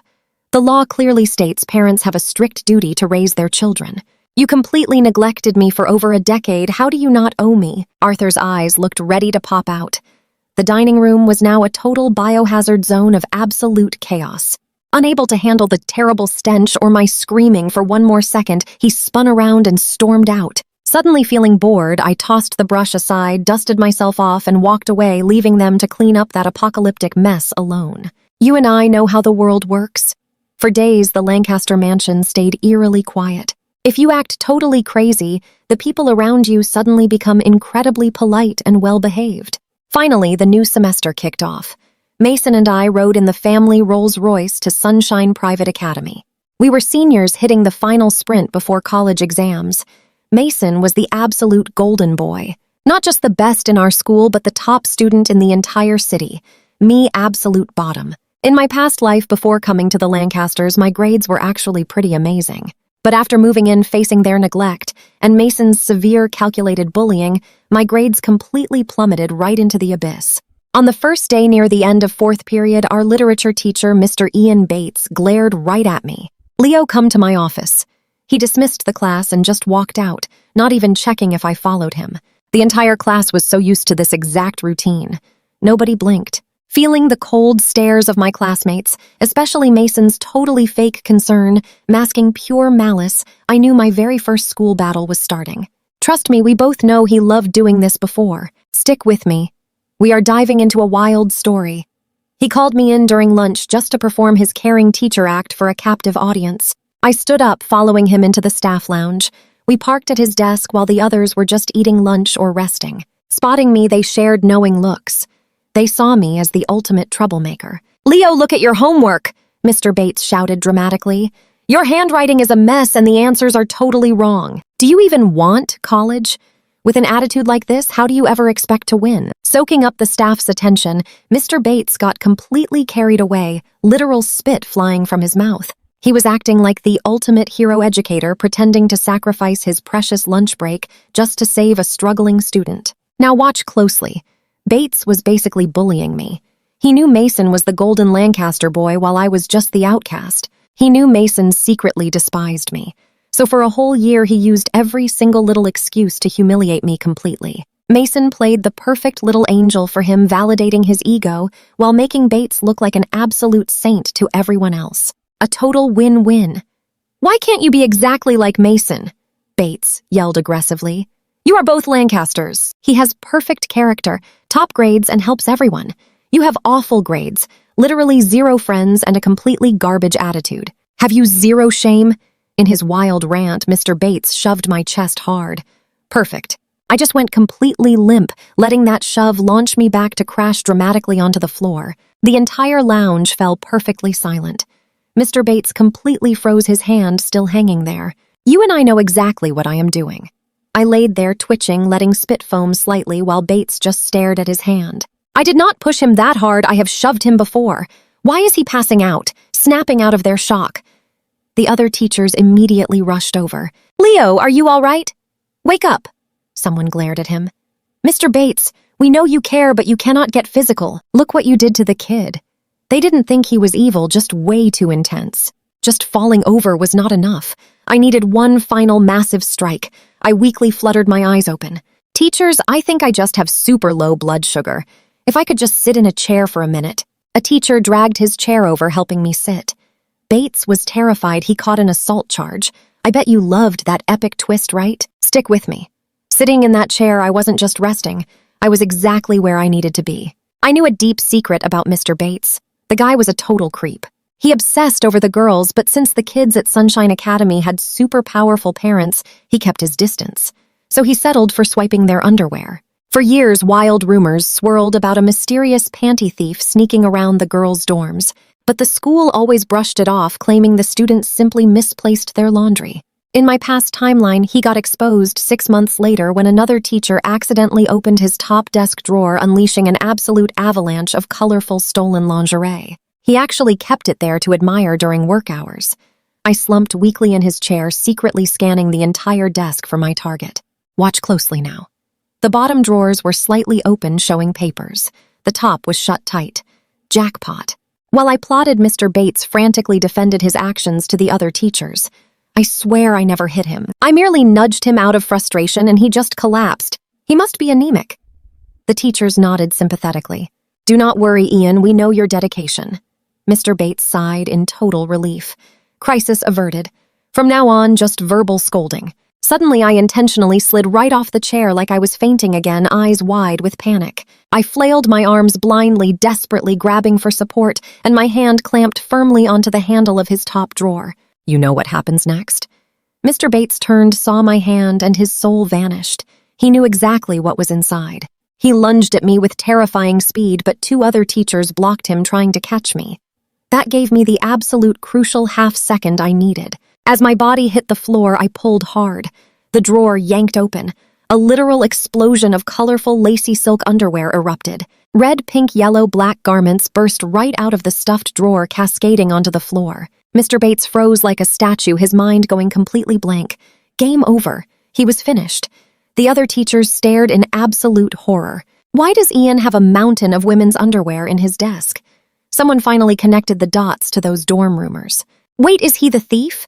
Before anyone could process this, I sprang up, grabbed massive handfuls of lingerie, and leaped right over the desk. Oh my gosh! I screamed at the absolute top of my lungs. Are these the missing girls' underwear? Is our teacher the panty thief? Mr. Bates stood paralyzed. Trust me, we will love this chaos. Stick with me. They quickly realized this had to be contained or the academy faced a massive scandal. The teachers locked eyes, silently agreeing to cover this whole mess up and save Mr. Bates. Stick with me here because I wasn't going to let that slide. Grabbing the massive stash of stolen lingerie, I bolted into the hall. I need to show the girls in class, I yelled, sprinting wildly down the corridor. Mr. Bates said I should be more helpful to my classmates, so I'm helping them find their missing lingerie. I ran like an Olympic sprinter, the colorful lace flapping majestically behind me. A massive mob of terrified teachers chased right after me, desperately begging Leo, please stop. Don't be rash. Let's just talk about this. I completely ignored them, letting my voice echo through the entire school building. Since afternoon classes were just starting up, the hallways were absolutely packed with confused students. Suddenly, they witnessed a totally wild spectacle.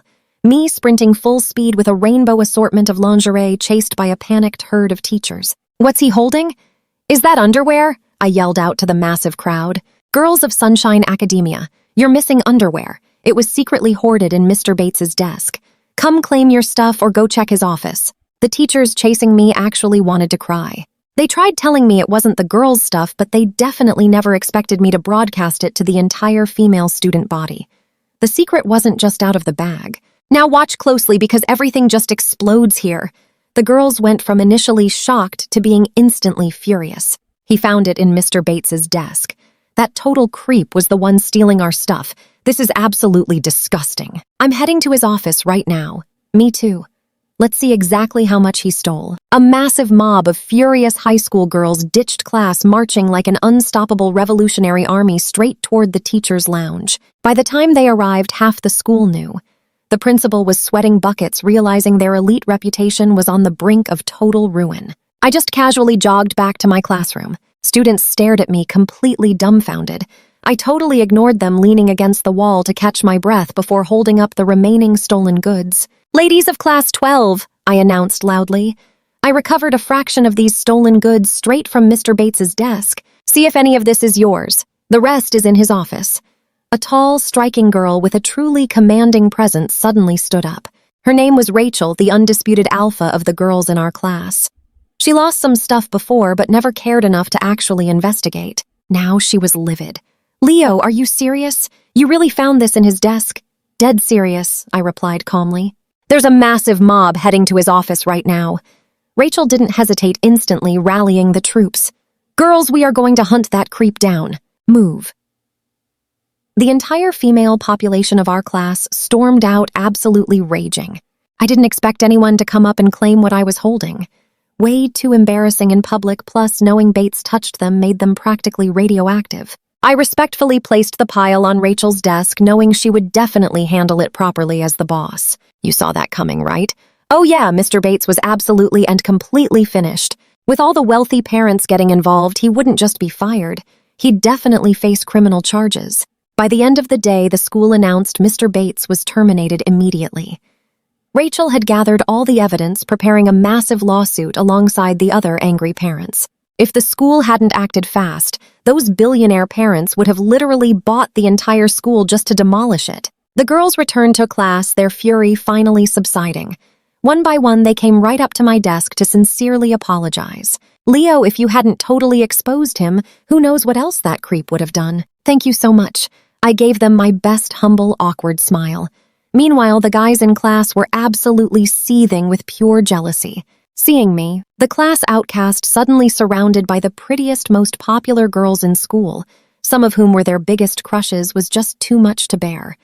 Rachel walked over, slamming her hand right on my desk, nearly knocking over my water bottle. She looked at me with a fierce, approving grin. Leo, you did really good today. Without you, we never would have caught that total creep. I am truly sorry we misunderstood you before. But from today on, you're cool in my book. I, Rachel, am officially declaring you under my strict protection. Anyone messes with you, they answer directly to me. She shot a truly lethal glare at the boys who used to bully me. They instantly ducked their heads, pretending to study hard. Nobody ever messed with Rachel. The other girls cheered loudly. Yeah, Leo is our friend now, nobody touches him. I was honestly a bit moved. In my entire life, absolutely nobody had ever stood in front of me and promised to protect me. Not at the orphanage, and definitely not at the Lancaster house. I completely dropped the fake smile and looked right at her. Seriously, deal. Thanks in advance. Rachel laughed loudly, slapping my back hard enough to completely dislocate a shoulder. Don't be so polite, dude. That's where we leave it. I completely ignored the intensely hateful glare coming from Mason. All right, you and I are diving in. Mason chased Rachel for months, obsessed with her beauty and rich family, but she politely locked him firmly in the friend zone. Seeing her actually protect me made him totally furious. Later that night inside the massive Lancaster mansion, during dinner, Arthur glared right at me. Leo, we heard about the incident at school today. Even if your intentions were good, you must be careful. Stop getting involved in filthy, scandalous drama. It is highly embarrassing. The elite Lancaster family cannot be associated with dirty business. Evelyn chimed in instantly. Exactly. It is disgusting. When people discuss this later, they will link you to that absolute creep teacher. It reflects terribly on our status. Why can't you act more like Mason? Just focus on your studies and actually bring honor to our name. Mason gave a totally fake smile. Mom, Dad, please do not blame Big Brother. He only joined us 2 years ago. He ignores high society rules and hidden taboos. He will learn. Then he shot me this incredibly smug, triumphant look. See, you might play hero at school, but inside this house, I am the golden child. Chloe eagerly nodded right along. Ever since that hilarious toilet brush incident, she was eagerly waiting for a perfect chance to see me utterly crushed. Feeling totally emboldened, Mason kept talking. Since Big Brother ignores the rules and you two are busy, I can spend an hour every night teaching him proper manners, what to do and what to absolutely avoid. That way he never embarrasses the proud Lancaster family again. The silent message was loud. I am superior, you are trash. Arthur literally beamed with pride. Mason, you are a truly sensible kid. It is your senior year, yet you happily sacrifice precious study time to tutor your brother. You see the big picture? Leo, you really should thank him. Evelyn smiled so proudly. Exactly. Mason's time is extremely precious. Leo, you better show some real gratitude. I slowly placed my chopsticks down. Watch closely now, guys. I stood up, grabbed the silk tablecloth, and violently yanked backward with everything. If you people can't shut your annoying mouths during dinner, nobody eats. Crash. Fancy plates, heavy bowls, and piping hot food flew everywhere. Scalding hot soup and greasy fried rice landed directly onto Mason and Chloe. Mason squeezed his eyes tightly shut as a molten, sticky custard bun bounced right off his smug forehead. He was totally dripping with messy beef broth and spicy chili oil everywhere. Chloe was coated in sticky sauce and gross vegetables, looking exactly like a swamp monster. Arthur and Evelyn on the far side barely avoided the massive splash zone. They stared in absolute stunned shock at the destroyed dining room, then at my totally nonchalant face. "Leo, what on earth are you doing?" Arthur furiously roared. "Mason tried to help you and you attack him." You completely ungrateful psycho. Mason wiped greasy food away, masking his intense fury, and played the perfect victim. "Big brother, I truly do not know how I offended you. Is it wrong wanting to teach you our rules? I just want to stop you from embarrassing our parents." Arthur violently slammed his fist down. "Mason is totally right. Look at yourself. You are a walking embarrassment to the proud Lancaster name. If you refuse to learn, fine. But flipping dinner tables, I will never tolerate this wild behavior here, so I grabbed the heavy oak chair next to me and slammed it hard against the wall. You felt that impact, right? I swung again, absolutely shattering the leftover dinner plates. I glared at Arthur and Evelyn, yelling with intense fury. "You think I am an embarrassment? Fine, let us visit a notary today and sever all our legal ties. From this day forward, I, Leo Lancaster, am entirely done with this toxic family. Now and forever, we are complete strangers. Let us go. Are you seriously too terrified?" I brutally smashed the chair against the hardwood floor until the legs splintered into tiny pieces. Arthur and Evelyn physically flinched, deeply terrified by my explosive aggression. Honestly, it looked far less like destroying a chair and way more like I visualized destroying them instead. "What are you doing?" Arthur nervously yelled, stepping backward. "Who exactly are you trying to scare? Do you honestly think you can survive outside without Lancaster wealth? If you want to remain in this family, stop acting entirely unhinged and start bringing us actual honor. We refuse to raise completely useless trash." Evelyn glared at me. "Do you believe throwing a tantrum scares us? The Lancaster family is a massive billionaire dynasty. You need us. We never need you." I stared at them coldly. "You promised a real home, but I received nothing but pure abuse. If you actually wanted me to have a good life, you would have completely disappeared by now." My intense rage simply boiled right over. I snatched a splintered chair leg and brutally slammed it against the wall, leaving a massive, deep dent. "You claimed the orphanage was terrible. Explain the absolute living hell you forced me into right here. Tell me, Arthur. Tell me, Eve, what exactly is so wonderful about this miserable family that I should be grateful for?" Arthur stood there at a complete loss for words. He looked at Evelyn, eyes full of blame. Evelyn, knowing her past neglect caused this entire mess, could not even meet his intense gaze. "Where do we go now? Dented walls, destroyed tables, everything totally ruined. Trust me. You and I are watching pure drama explode. Decades of hidden anger finally erupted." Arthur's head throbbed as I acted wildly. He wanted to punish me, but he clearly remembered the fire and my totally crazy behavior. He simply didn't dare push me further. "You ungrateful brat," Arthur spat out. "I do not care anymore. Be an absolute embarrassment then. I wash my hands of you." He turned and stormed out of the dining room, while Evelyn quickly followed him. Only Mason, Chloe, and I remained in the messy room. I dropped the broken chair leg, turned around, and smiled at them pleasantly. The two of them, still covered in food and grease, completely froze, seeing me happily smile while holding a sharp piece of wood. Absolute panic suddenly seized them. Without saying a single word, they both scrambled backward, slipped on the greasy floor, recovered fast, and sprinted out like they saw a ghost. I just stood there in the absolute wreckage, casually shaking my head. They could have just stayed quiet, but no, they made me go wild. For the next few days, the Lancaster mansion was actually blissfully peaceful. Friday night arrived. Lily, who usually worked super late, was actually home for dinner. All attention focused completely on Arthur as he beamed with pure excitement. "Tomorrow is Saturday," he announced. "Now watch this. You and I know this massive Lancaster gala will have every single top executive and partner attending. Lily, have you prepared your corporate strategy presentation? Tomorrow is a massive networking opportunity for you." Lily nodded fast. "Seriously, do not worry, Dad. I am prepared. I won't fail." Arthur nodded, turning to Chloe. "Chloe, dressed to impress tomorrow. I am inviting several elite young entrepreneurs. Who knows, you might find a worthy boyfriend." Chloe playfully rolled her eyes. "Dad, please. I am Chloe. I look absolutely gorgeous without even trying. Tomorrow, guys will be totally lining up for me." Evelyn laughed. "Do not be silly, dear. I hired a top stylist for you. You will definitely be the star." Arthur finally looked at Mason. "Mason, this gala is totally different from our usual parties. The guests are major players. You must learn to network, maintain relationships, and use those connections. Understood? Mason nodded so solemnly. Yes, Dad, I won't disappoint. I will make you proud. Arthur laughed loudly. The entire family was just showering each other with praise. Right at that moment, I loudly interrupted them. Wow, everyone sounds super excited. Did you guys forget me again? The vibe in the dining room instantly flatlined. All laughter died, perfectly replaced by an awkward, tense silence. I just sat there watching the Lancasters deliberately avoid any eye contact with me. I boldly sneered. Well, speak up.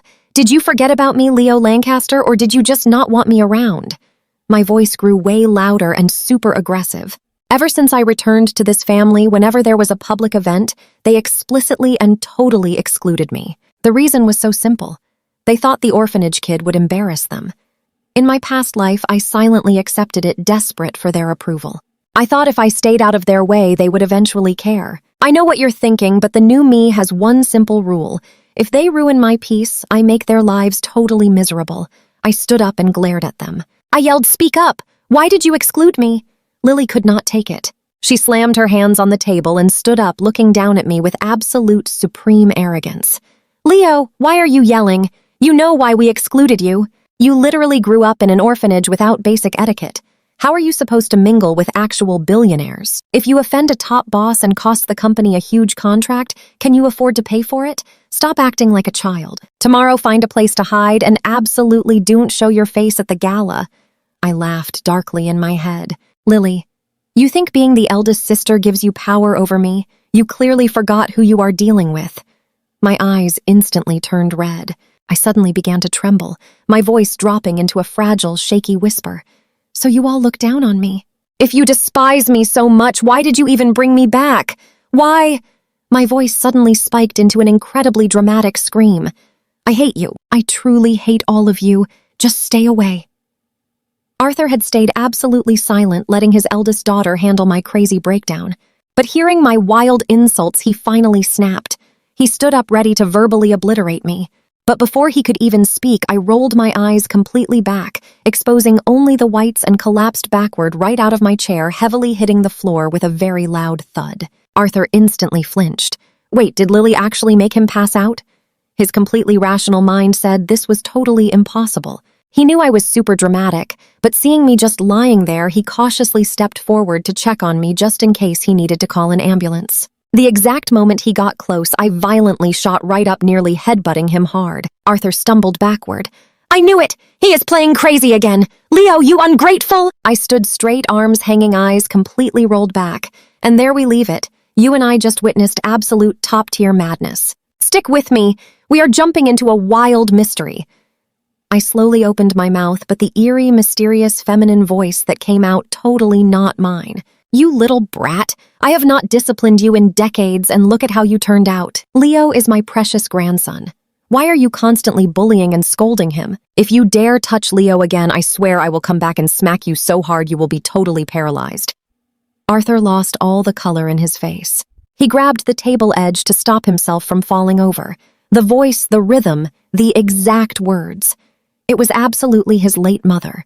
His mind went completely blank. Is my mother actually possessing Leo from the beyond right now?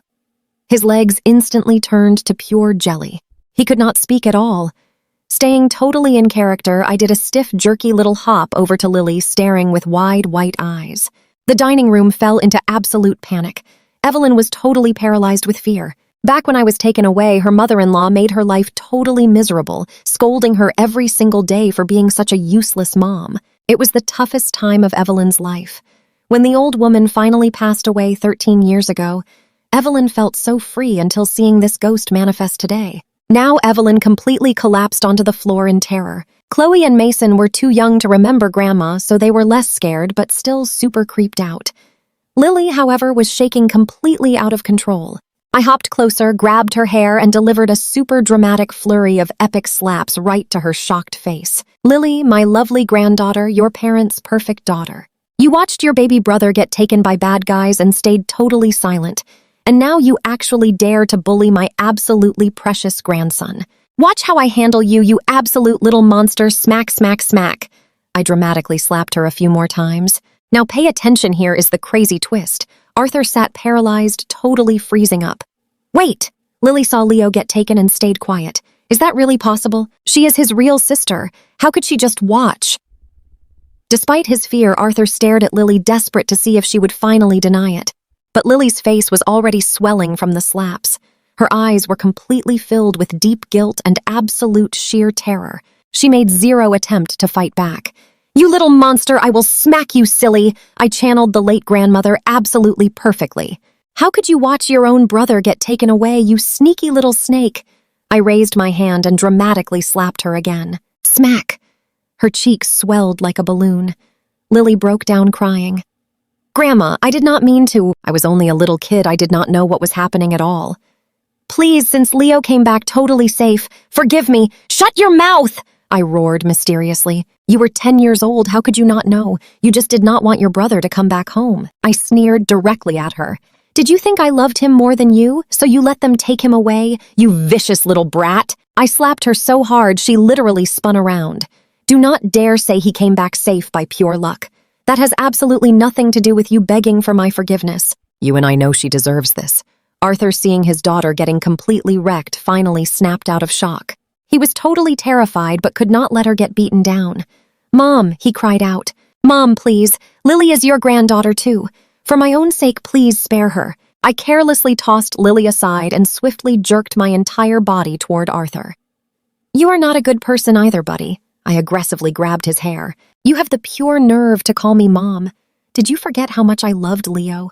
You dare look down on my grandson and treat him like total garbage. Beating him, you are the one to be looked down on. You should be smacking yourself, you absolute useless failure. I unleashed a wild combo of slaps onto Arthur's face. Arthur went totally stiff, letting his late mother smack him repeatedly without a single hint of resistance. Right now, Mason saw a golden opportunity to quickly earn some brownie points. He stood up bravely. Grandma, please stop hitting Dad. I will take his punishment for him. Arthur was absolutely moved to tears.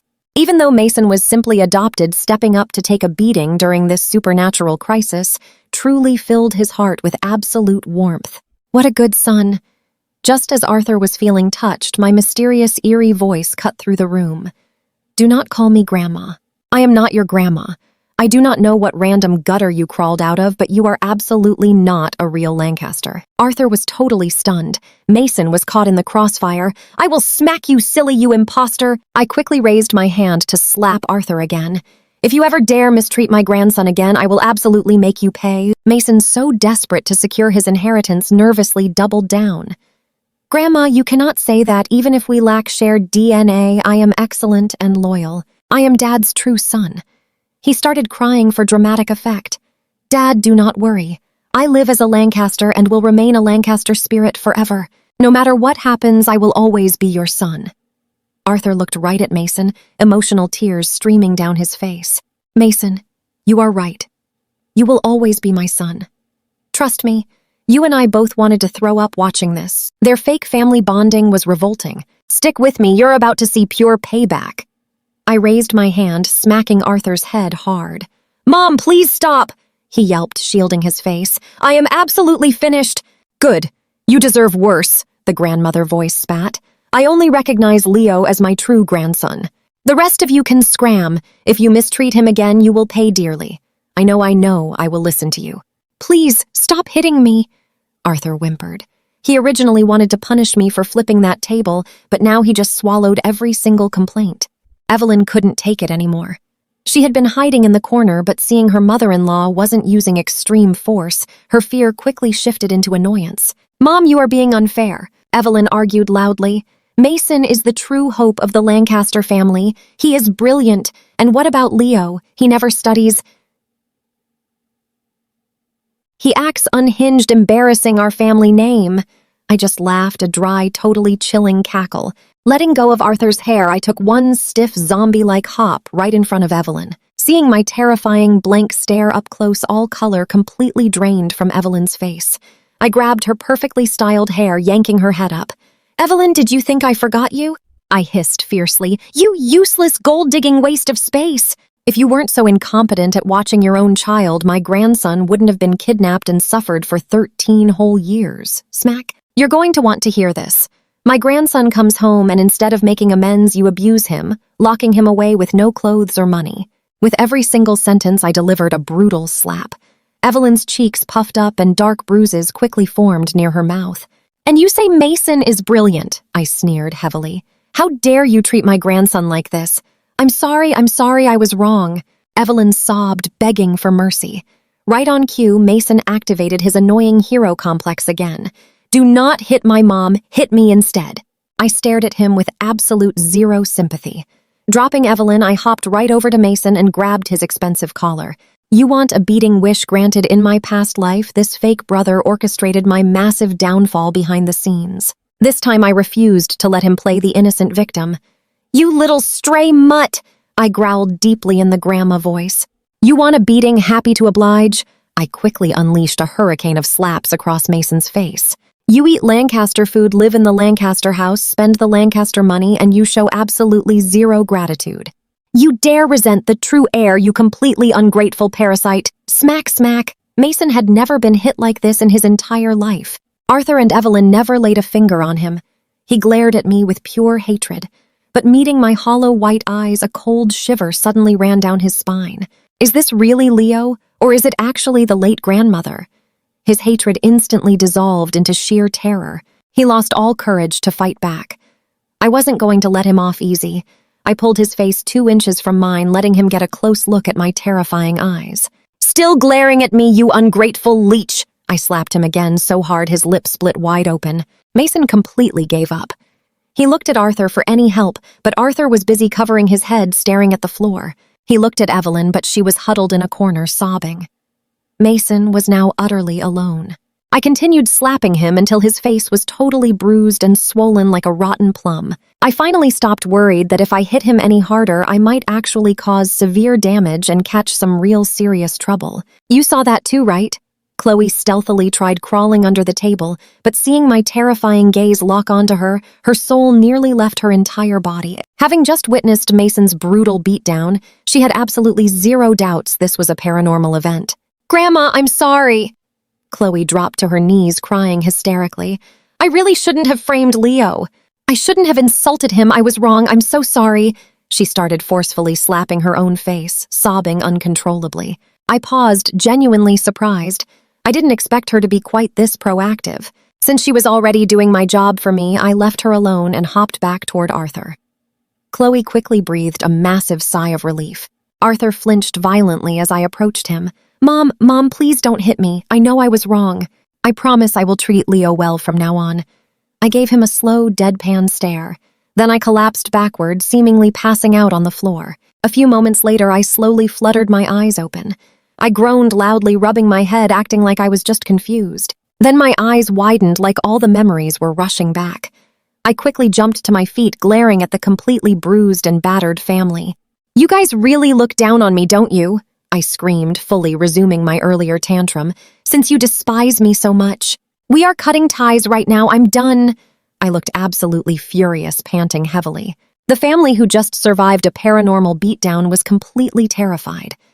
The oppressive aura of the late grandmother was still lingering fresh in the room. Arthur, suppressing his immense fear and pain, forced an awkward smile and quickly rushed forward to grab my arm. You and I saw this coming. Leo, don't be rash. We're family. How could we ever cut ties? Who said we look down on you? Stick with me here. You and I are about to watch the mighty Lancaster family panic. Arthur looks frantically at the rest of them. Who dares look down on Leo? Evelyn catches on fast, rushing over with a sickly sweet voice. He is right. You are our treasure. Nobody doubts you. She shoots frantic signals at Lily, Chloe, and Mason. Those 3 quickly join the chorus. We would never. Leo is our dear brother. We respect him entirely. I point a finger straight at Lily. She literally just said I would embarrass everyone tonight. Arthur does not hesitate. He marches right up to Lily and delivers 2 massive slaps. Her face, already swollen from the phantom, burns a bright, angry red. Tears stream down her cheeks, but she stays quiet, absolutely terrified of summoning that spirit again. Lily, Arthur roars out, How dare you disrespect Leo? He is the true heir, worth 10 of you. Do you look down on him? Lily lowers her head, whispering softly. No, I misspoke. Arthur nods in total satisfaction, turning back to me with a strange, forced smile. See, Leo, I disciplined your sister. She respects you now. Nobody doubts you. Now please calm down. Let us drop the talk about vanishing forever. I sneer internally. Now watch closely because I am not done yet. I suddenly point at Chloe. She gasps, drops to her knees, and furiously slaps herself. I am so sorry, Leo. I was totally wrong. I will never disrespect you again. Arthur smiles. See, Leo, everyone has finally learned their lesson now. Can you please stop being so angry? I stare coldly. Then I point my finger directly at Mason. His eyes widen in pure horror. Big brother, I said nothing. I swear I never disrespected you. You did not, I sneer. Did you not just say you wanted to teach me some manners? What gives an adopted kid the right to teach the true heir? If that is not disrespect, what is? Arthur initially wants to see how Mason tries to defend himself, but seeing my intense anger flare up, he takes absolutely no chances. He grabs Mason by the collar and slaps his ruined face. Shut up and stop arguing right now, Arthur yells. Leo is right. Mason, you will fix your attitude. Smack, smack. Mason clutches his stinging face, keeping his head down in silent, bubbling fury. Arthur returns to me. Leo, you see, everyone is disciplined. Are we good now? I am not finished. I slowly turn my finger and point it straight at Evelyn. Evelyn completely freezes. She never expects me to target her. She looks at me, a highly complex mix of emotions flashing rapidly across her face. Then she slowly raises her trembling hand and slaps herself a few times. Leo, Mommy was entirely wrong, she whispers softly. I promise I will treat you perfectly from now on. I will not judge you. Please just calm down. Do not scare Mommy like this. Then she turns to Arthur. Arthur, look here. The whole family is disciplined. Leo must be fully satisfied now, right? I do not move. I simply lock eyes with Arthur. His face turns completely dark. Rage boils rapidly in his veins. This little brat is pushing his luck. He raises his hand to strike me, but Evelyn quickly grabs his arm. You caught that right, Arthur. Slap yourself too. Show him you are sincere. I know this is Evelyn getting pure revenge for me making her slap herself. She is dragging Arthur right down with her. Arthur grits his teeth, raises his hand, and delivers a few crisp slaps to his own face. The corner of his mouth turns slightly red. The sharp sound of those slaps echoes throughout the huge dining room. I know this is the absolute limit. Pushing any further breaks the illusion, and my epic revenge plan will totally backfire. I slowly stretch my arms out, acting like I have finally calmed down. Fine, since you guys are so terrified of me walking away and even willing to smack yourselves to prove it, I will stay. I do not care about fading away, but for your sakes, I will not drag you all down. Hearing this, the entire Lancaster family lets out a massive, exhausted sigh. Nobody wants to smile looking at each other's bruised and swollen faces. They all look equally pathetic and broken. I turn around and walk straight out of the dining room, leaving them to stew in their absolute humiliation. Back inside their bedroom, Evelyn finally speaks up. Arthur was Leo faking it. Your mother has been gone for 13 long years. How could she possibly show up and beat us senseless? Arthur collapses onto the bed. If you thought he was faking, why did you not say anything? Why did you just let my mother beat you? Now that she has vanished into the beyond, what is the actual point of bringing this up? Evelyn forces a smile. I was terrified in the moment, but thinking about it now, it makes zero sense. Why would she return just for Leo? Why would she not? Arthur retorts. My mother loved Leo the most. Her heart gave out entirely because we could not find him. Now that he is back and she sees how poorly you treat him, of course she returns to defend him. He sits up and glares right at her. Evelyn, I know you favor Mason, but never forget Leo is your actual biological son. Do not make it so obvious, or you will summon my mother again and regret it. Evelyn stares at her swollen face, completely full of resentment. Arthur, should we hire a priest? Trust me, you will want to see what happens next. Arthur narrowed his eyes in suspicion. What do you mean, relax, I will not touch your mom? She clarified. Stick with me here. If Leo summons her, what stops him from calling darker spirits? He is acting wild. What if he accidentally brings some demon right into our house? We must block his powers. Arthur paused. Her logic actually made perfect sense. He knew his mom would not hurt the family, but rogue spirits were a totally different story. Fine, you handle this mess. I am too busy with work. Tell me the results. He sighed. Also, cancel our gala trip tomorrow. Our faces are way too bruised for the public eye. A few days pass. I returned to the mansion after school and instantly sensed that something was incredibly wrong. Mason had walked beside me the entire day but never spoke a single word. Now he gave me this nasty, malicious smirk that practically screamed, "Your good days are officially over."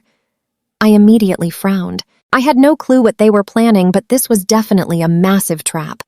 I walked straight into the living room. Chloe sat on the couch. She had avoided me like the plague for days, but today she just stared at me with this cold, incredibly mocking smirk. Just then, Evelyn walked downstairs, joined by a strange man. He wore full Taoist priest robes, sporting a super long beard, thick eyebrows, and a wooden sword firmly strapped to his back. He honestly looked like some mystic arts master. I instantly got it. They hired some fake exorcist to deal with me. Looks like they spent a pretty penny on this complete fraud. I kept quiet and just casually sat on the sofa. Let us see what this clown can actually do. Evelyn brought the priest over, smiling so brightly. Leo, meet Master Castor, a highly renowned spiritual leader. Mom invited him to craft protective talismans for the entire family. But before making yours, he really needs to check out your current spiritual state. Just cooperate with him. Do whatever he says and the talisman will be super effective. I nodded very innocently. Okay, Mom, I will be good. Evelyn looked super satisfied, shooting a thumbs up to Mason and Chloe, who stared back with pure admiration. Now watch closely. My gut said this was no simple ritual. Master Castor put on his very best wise sage act. Do not be afraid, young Master Leo. The whole process is super simple.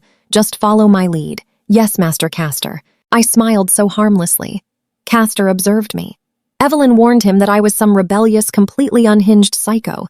But seeing me act so obedient, he assumed she had heavily exaggerated. Easy money, right? He drew his wooden sword, started dancing right around me, chanting total gibberish, and occasionally waving that sword near my face. 5 minutes later, he finally stopped, pulled a yellow paper talisman out, lit it on fire, and dropped the dark ashes into a prepared bowl of water. He waved the bowl around me, sprinkling a few little drops on my head. Another 5 minutes passed. Finally, he stopped and handed me the bowl of ashy water, smiling widely. Young Master Leo, this Holy Spirit water is specially brewed for you. Drink it, and it will instantly ward off all evil and sickness. I grabbed the bowl and brought it straight to my lips. Evelyn, Chloe, and Mason stared with bated breath, their eyes totally wide with pure anticipation. We both know a twist is coming. Castor watched closely. They all exhaled in relief, but that feeling lasted exactly 1 single second.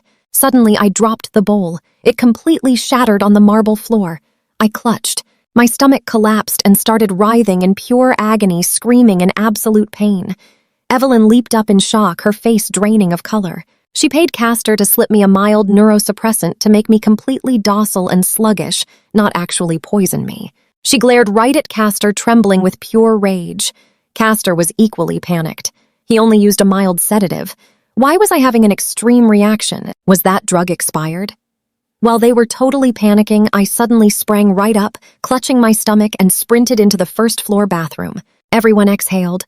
Oh, it just causes stomach issues.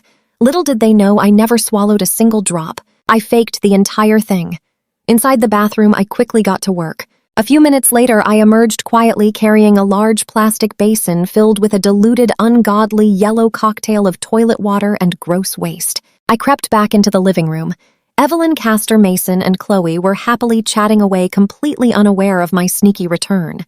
Without a single second thought, I hurled the basin forward. Splash! That cursed yellow biohazard soup drenched all 4 of them right from head to toe.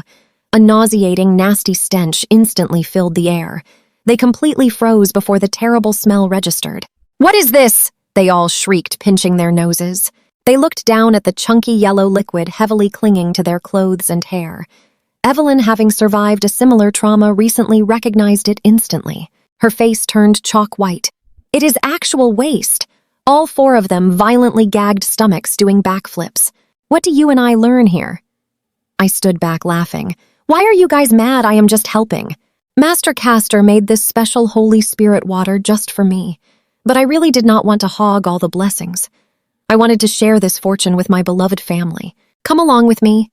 4 pairs of extremely furious eyes glared right at me. Evelyn opened her mouth to scream, but instantly a few drops of that gross yellow liquid dripped from her hair straight onto her lips. Her eyes crossed instantly.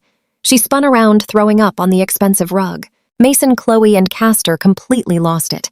Pinching their noses, they scattered fast. Mason and Chloe sprinted upstairs to their private bathrooms.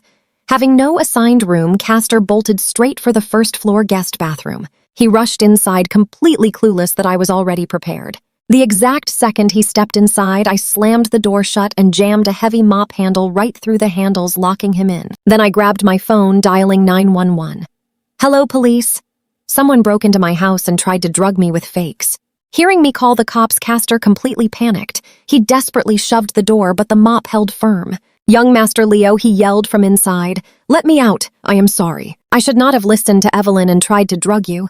I leaned back casually, scrolling on my phone. "Drug me, Master Castor. Did you not call it Holy Spirit water? If it is just holy water, why panic? Just explain it to the cops. Watch closely now." Castor started crying in absolute despair. "Leo, please. It was never holy water. It was just dirty water with paper ashes. It would not hurt you."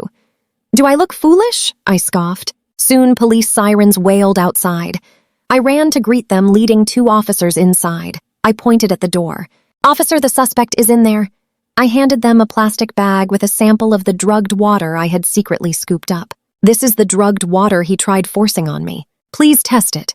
The officers took the evidence with serious faces. They unjammed the door and dragged the miserable, reeking Master Castor out. Even covered in that gross soup, the cops cuffed him. God bless the police, I thought. Before they left, I asked super innocently, "Officer, what about my mom? She hired him as an accomplice. Are you arresting her too?" The 2 cops exchanged weird looks, totally unused to a kid arresting his own mom. "Leo, based on your words, your mother might actually be a victim here. We will take him for questioning. If your mom was really scammed, she avoids charges as long as she cooperates. I know what you are thinking. I really wanted Evelyn cuffed, but she got incredibly lucky." Just then, Evelyn strolled downstairs. She had fully showered, changed into fresh clothes, and applied makeup. Seeing me, she was ready to march over and yell, but then she noticed the police escorting Master Castor right out the front door. She completely froze, panic flashing in her eyes. "Leo, did you call the cops?" she asked, trembling. "Yep," I smiled coldly. "Scammers selling fake stuff need to be locked up safely. Otherwise, they will keep hurting people." "Right, Mom," I locked eyes with her directly. "Every bad person eventually faces real karma." Evelyn shook with pure rage, face twisting, but she stayed silent with the police outside. She quickly spun around to head upstairs. "Phew, it reeks," I yelled. "Mom, you still smell like a sewer." Evelyn missed a step and nearly tumbled down. I laughed at her humiliating retreat. 2 days later, police lab results came back. The holy water actually contained a dangerous neurotoxin designed to permanently wreck cognitive and motor skills. Basically, it was designed to make someone permanently docile. Sadly, Evelyn walked away totally clean. The cops concluded she genuinely believed she bought a spiritual blessing, completely unaware of the drugs. However, she did not escape totally unpunished. When Arthur found out, he was absolutely furious. To protect the family reputation, he avoided charges.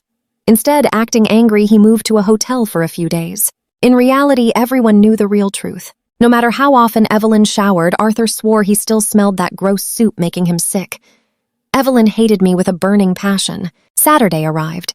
The corporate gala was set for 3 p.m. Arthur returned home just for appearances.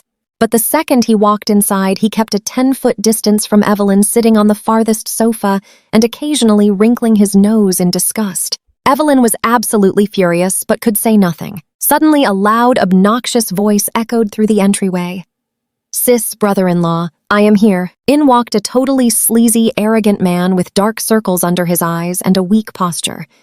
This was Evelyn's younger brother, Uncle Eugene. You and I know why she loved this useless brother for doing her dirty work. Let's dive in together. In my past life, if Evelyn even hinted at being upset, Eugene would use his elder status to ruthlessly berate and physically strike me. Walking downstairs, Eugene caught my eye and instantly sneered at me. "Leo, you little brat! Ignoring your Uncle Ugg orphans really have zero manners." Arthur just frowned and stayed completely silent. Evelyn felt totally vindicated. Finally, someone to put him in his place. Lily and Chloe eagerly hoped he'd strike. I just paused and smiled. Eugene was a scumbag. In my previous lifetime, he acted tough, but his reckless lifestyle meant he eventually caught an incurable infection and suffered endlessly. "You want to fight today? Let's collect some serious payback." "Now watch this carefully." I walked toward him. Just 3 feet away, I suddenly tripped. I flailed wildly, falling forward directly at him. Eugene startled and instinctively tried dodging, but in my panic, I reached out, grabbing something to break my fall. I grabbed his belt, pulling hard. Eugene's pants and underwear violently dropped right to his ankles. Instantly, an ungodly putrid smell filled the room. Everyone froze their eyes, instinctively darting to that awful source. The sight was absolutely horrific. His lower half displayed a grotesque garden of highly contagious, unmentionable infections looking exactly like rotting cauliflower. "Oh my goodness," the family screamed together. Covering their noses, faces turning completely pale, they scrambled backward instantly. Lily, Chloe, and Mason completely lost it. Sprinting to the entryway, they grabbed industrial disinfectant spray, aggressively hosing themselves and each other down completely. "Ew, so gross," Mason yelled, practically dry heaving. Eugene looked down, turning an apocalyptic shade of green. Before pulling his pants up, he covered himself, scuttling behind the sofa like a weird crab. But moving only wafted the stench further. Every single eye was glued to that exposed skin. People actually started vomiting. Hiding there, Eugene's eyes turned totally red with immense shame and fury. Absolutely wild, right? His darkest, most humiliating secret was just broadcast to his entire family. From this day forward, they'd view him as a literal walking biohazard. He glared at me with fiercely hostile intent. "Leo, you jerk! You did that on purpose. I'll completely destroy you. You ruined me." He raised his fist, ready to charge and attack me. But then he realized his pants were still at his ankles, a huge tear exposing his absolute shame. He froze, trapped behind the couch, suffocating in sheer rage. I stood up casually, dusting off my hands, looking the absolute picture of perfect innocence. "What are you talking about?" "On purpose, I honestly have no idea what you mean." Then I pinched my nose and added loudly, "But seriously though, whatever that is, it is totally disgusting. Is that highly contagious?" The family panicked even harder hearing the word contagious. "Uncle," I yelled, playing the highly concerned nephew. "You know you have a severe infectious disease and still came to our house. Are you actually trying to infect us? Are you really that evil to your own family?" Eugene trembled with furious rage, frantically trying to defend himself. "Nonsense. My doctor said it'll clear up in a few days. It's not contagious, Leo. You're framing me." His frantic explanation only made everyone feel much more nauseous. Arthur just couldn't take it anymore. "Eugene, get the hell out. You are not welcome in the Lancaster house." Eugene was completely stunned. "Brother-in-law, please." Arthur's voice was ice cold. "Contagious or not, you're utterly disgusting. Get out!" Eugene looked desperately at Evelyn, praying his beloved sister might actually defend him. But Evelyn backed away further, intentionally avoiding his gaze. Her heart was ice cold. He looked toward his nieces and nephew. They were standing 10 feet away, heavily spraying themselves with Lysol, totally refusing to look his way.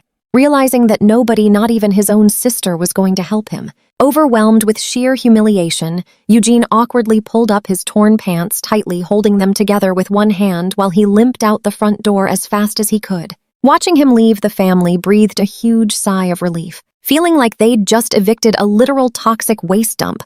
Arthur immediately ordered the butler to get rid of that sofa, disinfect the entire living room, and open every window. "That smell is still here." The family couldn't help but glare at me. They knew damn well I pulled his pants down on purpose. I just shrugged nonchalantly.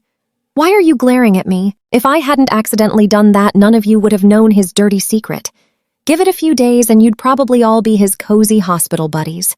Instead of thanking me, you blame me. Talk about biting the hand that feeds you." The family was left entirely speechless.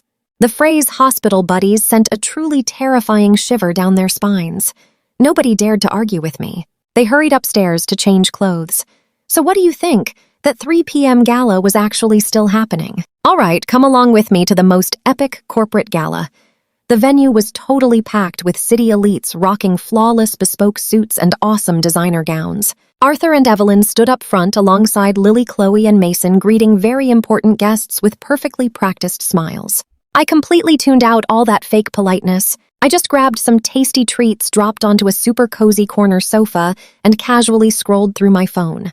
A few moments later, a sharp older gentleman walked right in with a truly stunning young lady. That was Richard Winston, chief executive of Heaven and Earth Corp., and his daughter, Valerie Winston.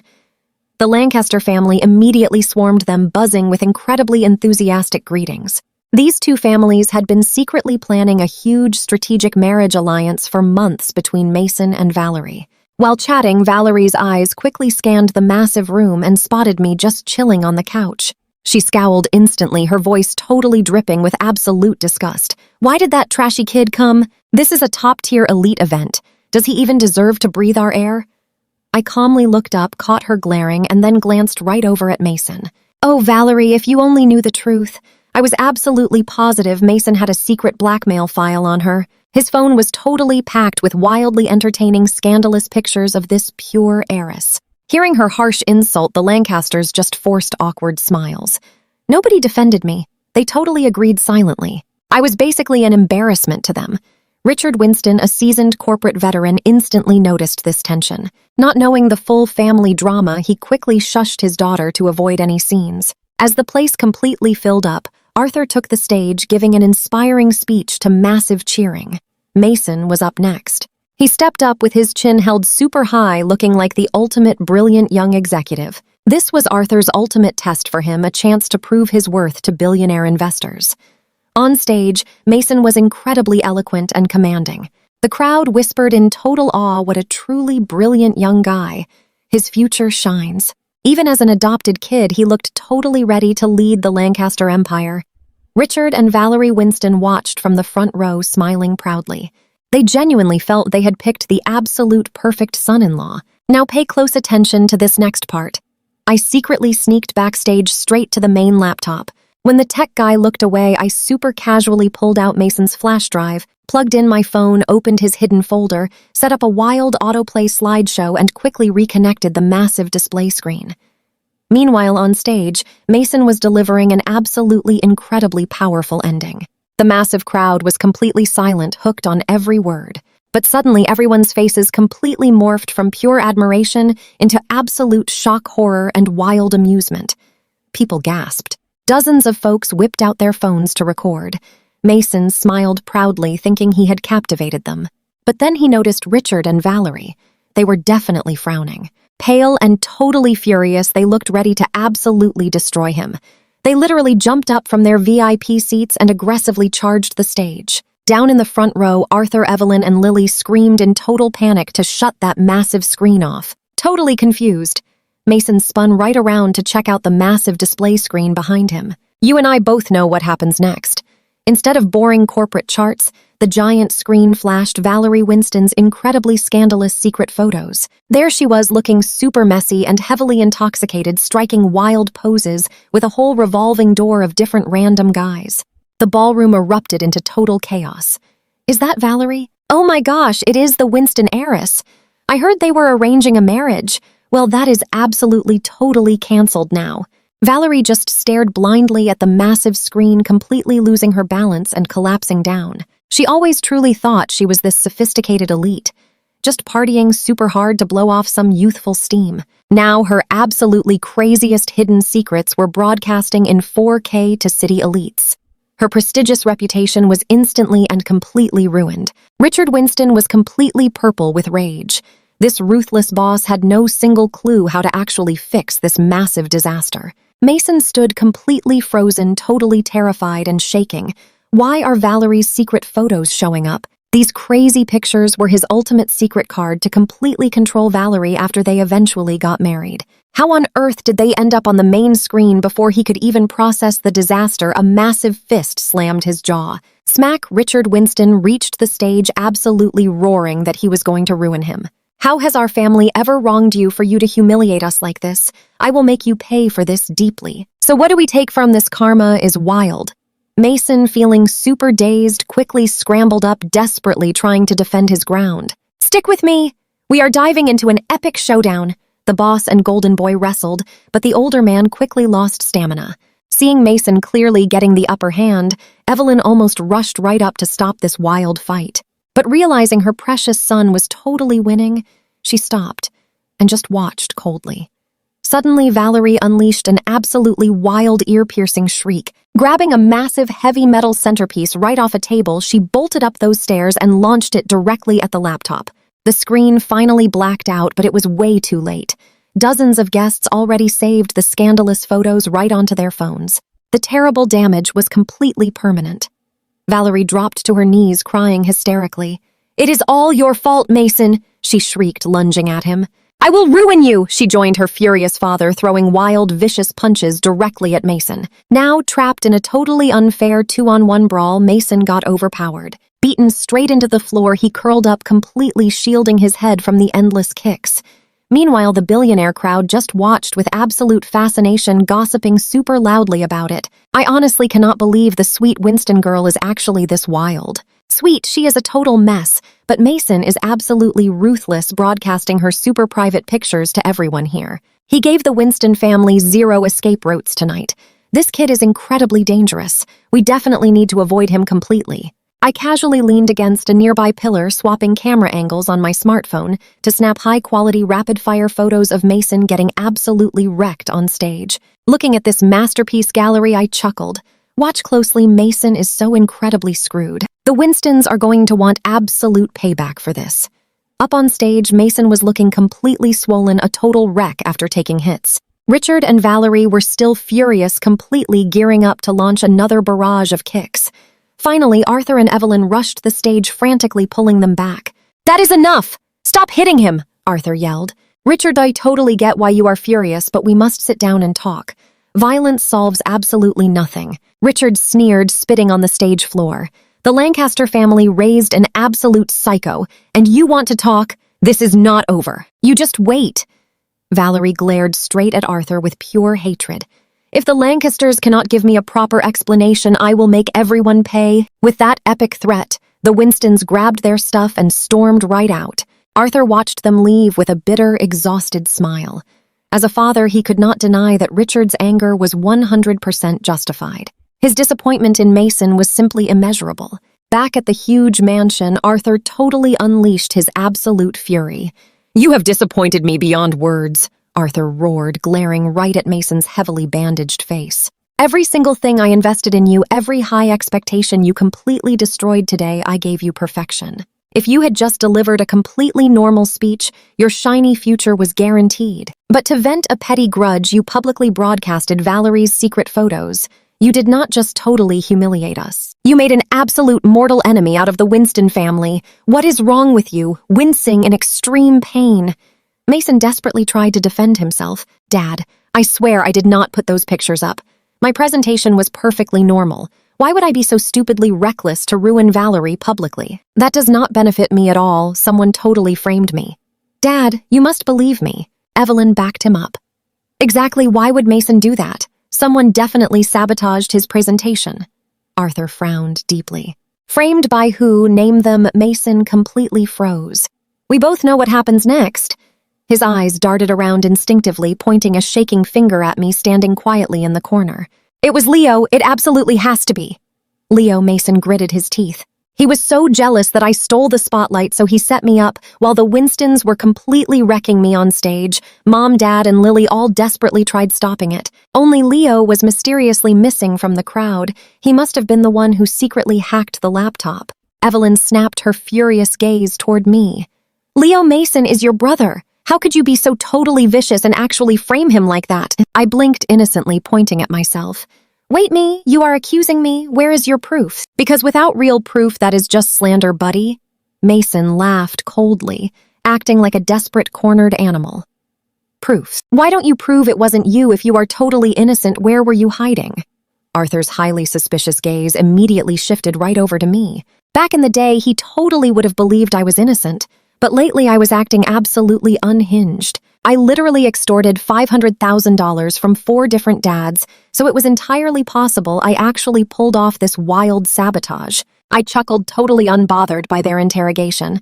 "Okay, let's play a little game. If I produce concrete evidence proving you are slandering me, what is the payout, Mason? How will you compensate me?" Mason just froze, then angrily gritted his teeth. "If I am wrong, I will give you the $500,000 inside my savings account, plus my monthly allowance goes straight to you forever. But if you cannot prove your innocence, trust me, you are totally guilty. Let's dive in. If guilty, you will kneel, apologize to the Winstons, pay $500,000, and surrender your allowance to me forever." Hearing these high stakes, I smiled so brightly my eyes formed little crescents. "Deal. A strong man keeps his word. Absolutely no backing out. Seeing my bright, engaging smile, pure dread completely washed over Mason. He instantly regretted making this risky bet right in front of Arthur. But if he backed down now, his reputation with Arthur would shatter completely. I smirked playfully, grabbed my phone, and opened the gallery. Look closely, Mason. Here is my solid proof. I flipped the screen toward him. It was a super clear photo showing Richard Winston repeatedly punching Mason in the face. Richard kept his foot on Mason while Valerie stomped his head. Such an incredibly dramatic and humiliating shot. Watch this part carefully. Mason turned pale, trembling at the screen while I calmly swiped. Richard yanked Mason up, prepping an uppercut, while Valerie brutally stepped on his ankle like she was putting out a tiny little cigarette. Mason ground his teeth until they nearly cracked. I swiped again. Even worse. Richard fiercely stomped his hand and Valerie kicked him right there. Each photo beautifully documented Mason getting absolutely crushed from multiple artistic angles. It truly was a total masterpiece of modern photojournalism. Mason fiercely glared at me, his eyes turning incredibly red. Leo, you stood there watching me get beaten to a pulp, taking dozens of photos. Why did you not stop them? You are a monster. I calmly slid my phone right back into my pocket. Well, this proves my solid alibi. You missed me because you were quite preoccupied. So Mason, admit your false accusation now. I stretched lazily, extending my hand. Right hand over $500,000. Mason suffered a complete breakdown, teetering on total madness. You watched me get crushed, snapped pictures, and now you expect to take $500,000 from me today. Leo, do you have no soul? I shrugged, looking super bored. Stop changing the subject. You and I know a bet is absolute. Mason looked so furious he was practically crying sheer rage. He was furious enough to explode. Right then, I tilted my head, gave a wicked smile, and delivered the final strike. By the way, Mason, aside from playing the total clown today, do you somehow have a side gig as a punching bag? What did you say? Mason roared. Losing his temper, he aggressively lunged off the sofa toward me. But his weak, bruised body failed him completely. He lost his balance, stumbled, and spectacularly face-planted right onto the sofa cushions. The sight was so funny I burst into laughter. Mason, you honestly look exactly like a flipped turtle. Hearing that comment, absolute fury rushed straight into Mason's red face. He tried getting up, but those awkward, flailing limbs truly made him look exactly like a stuck, helpless turtle. Admit it, we are all laughing. Even angry Arthur absolutely could not hide his reaction.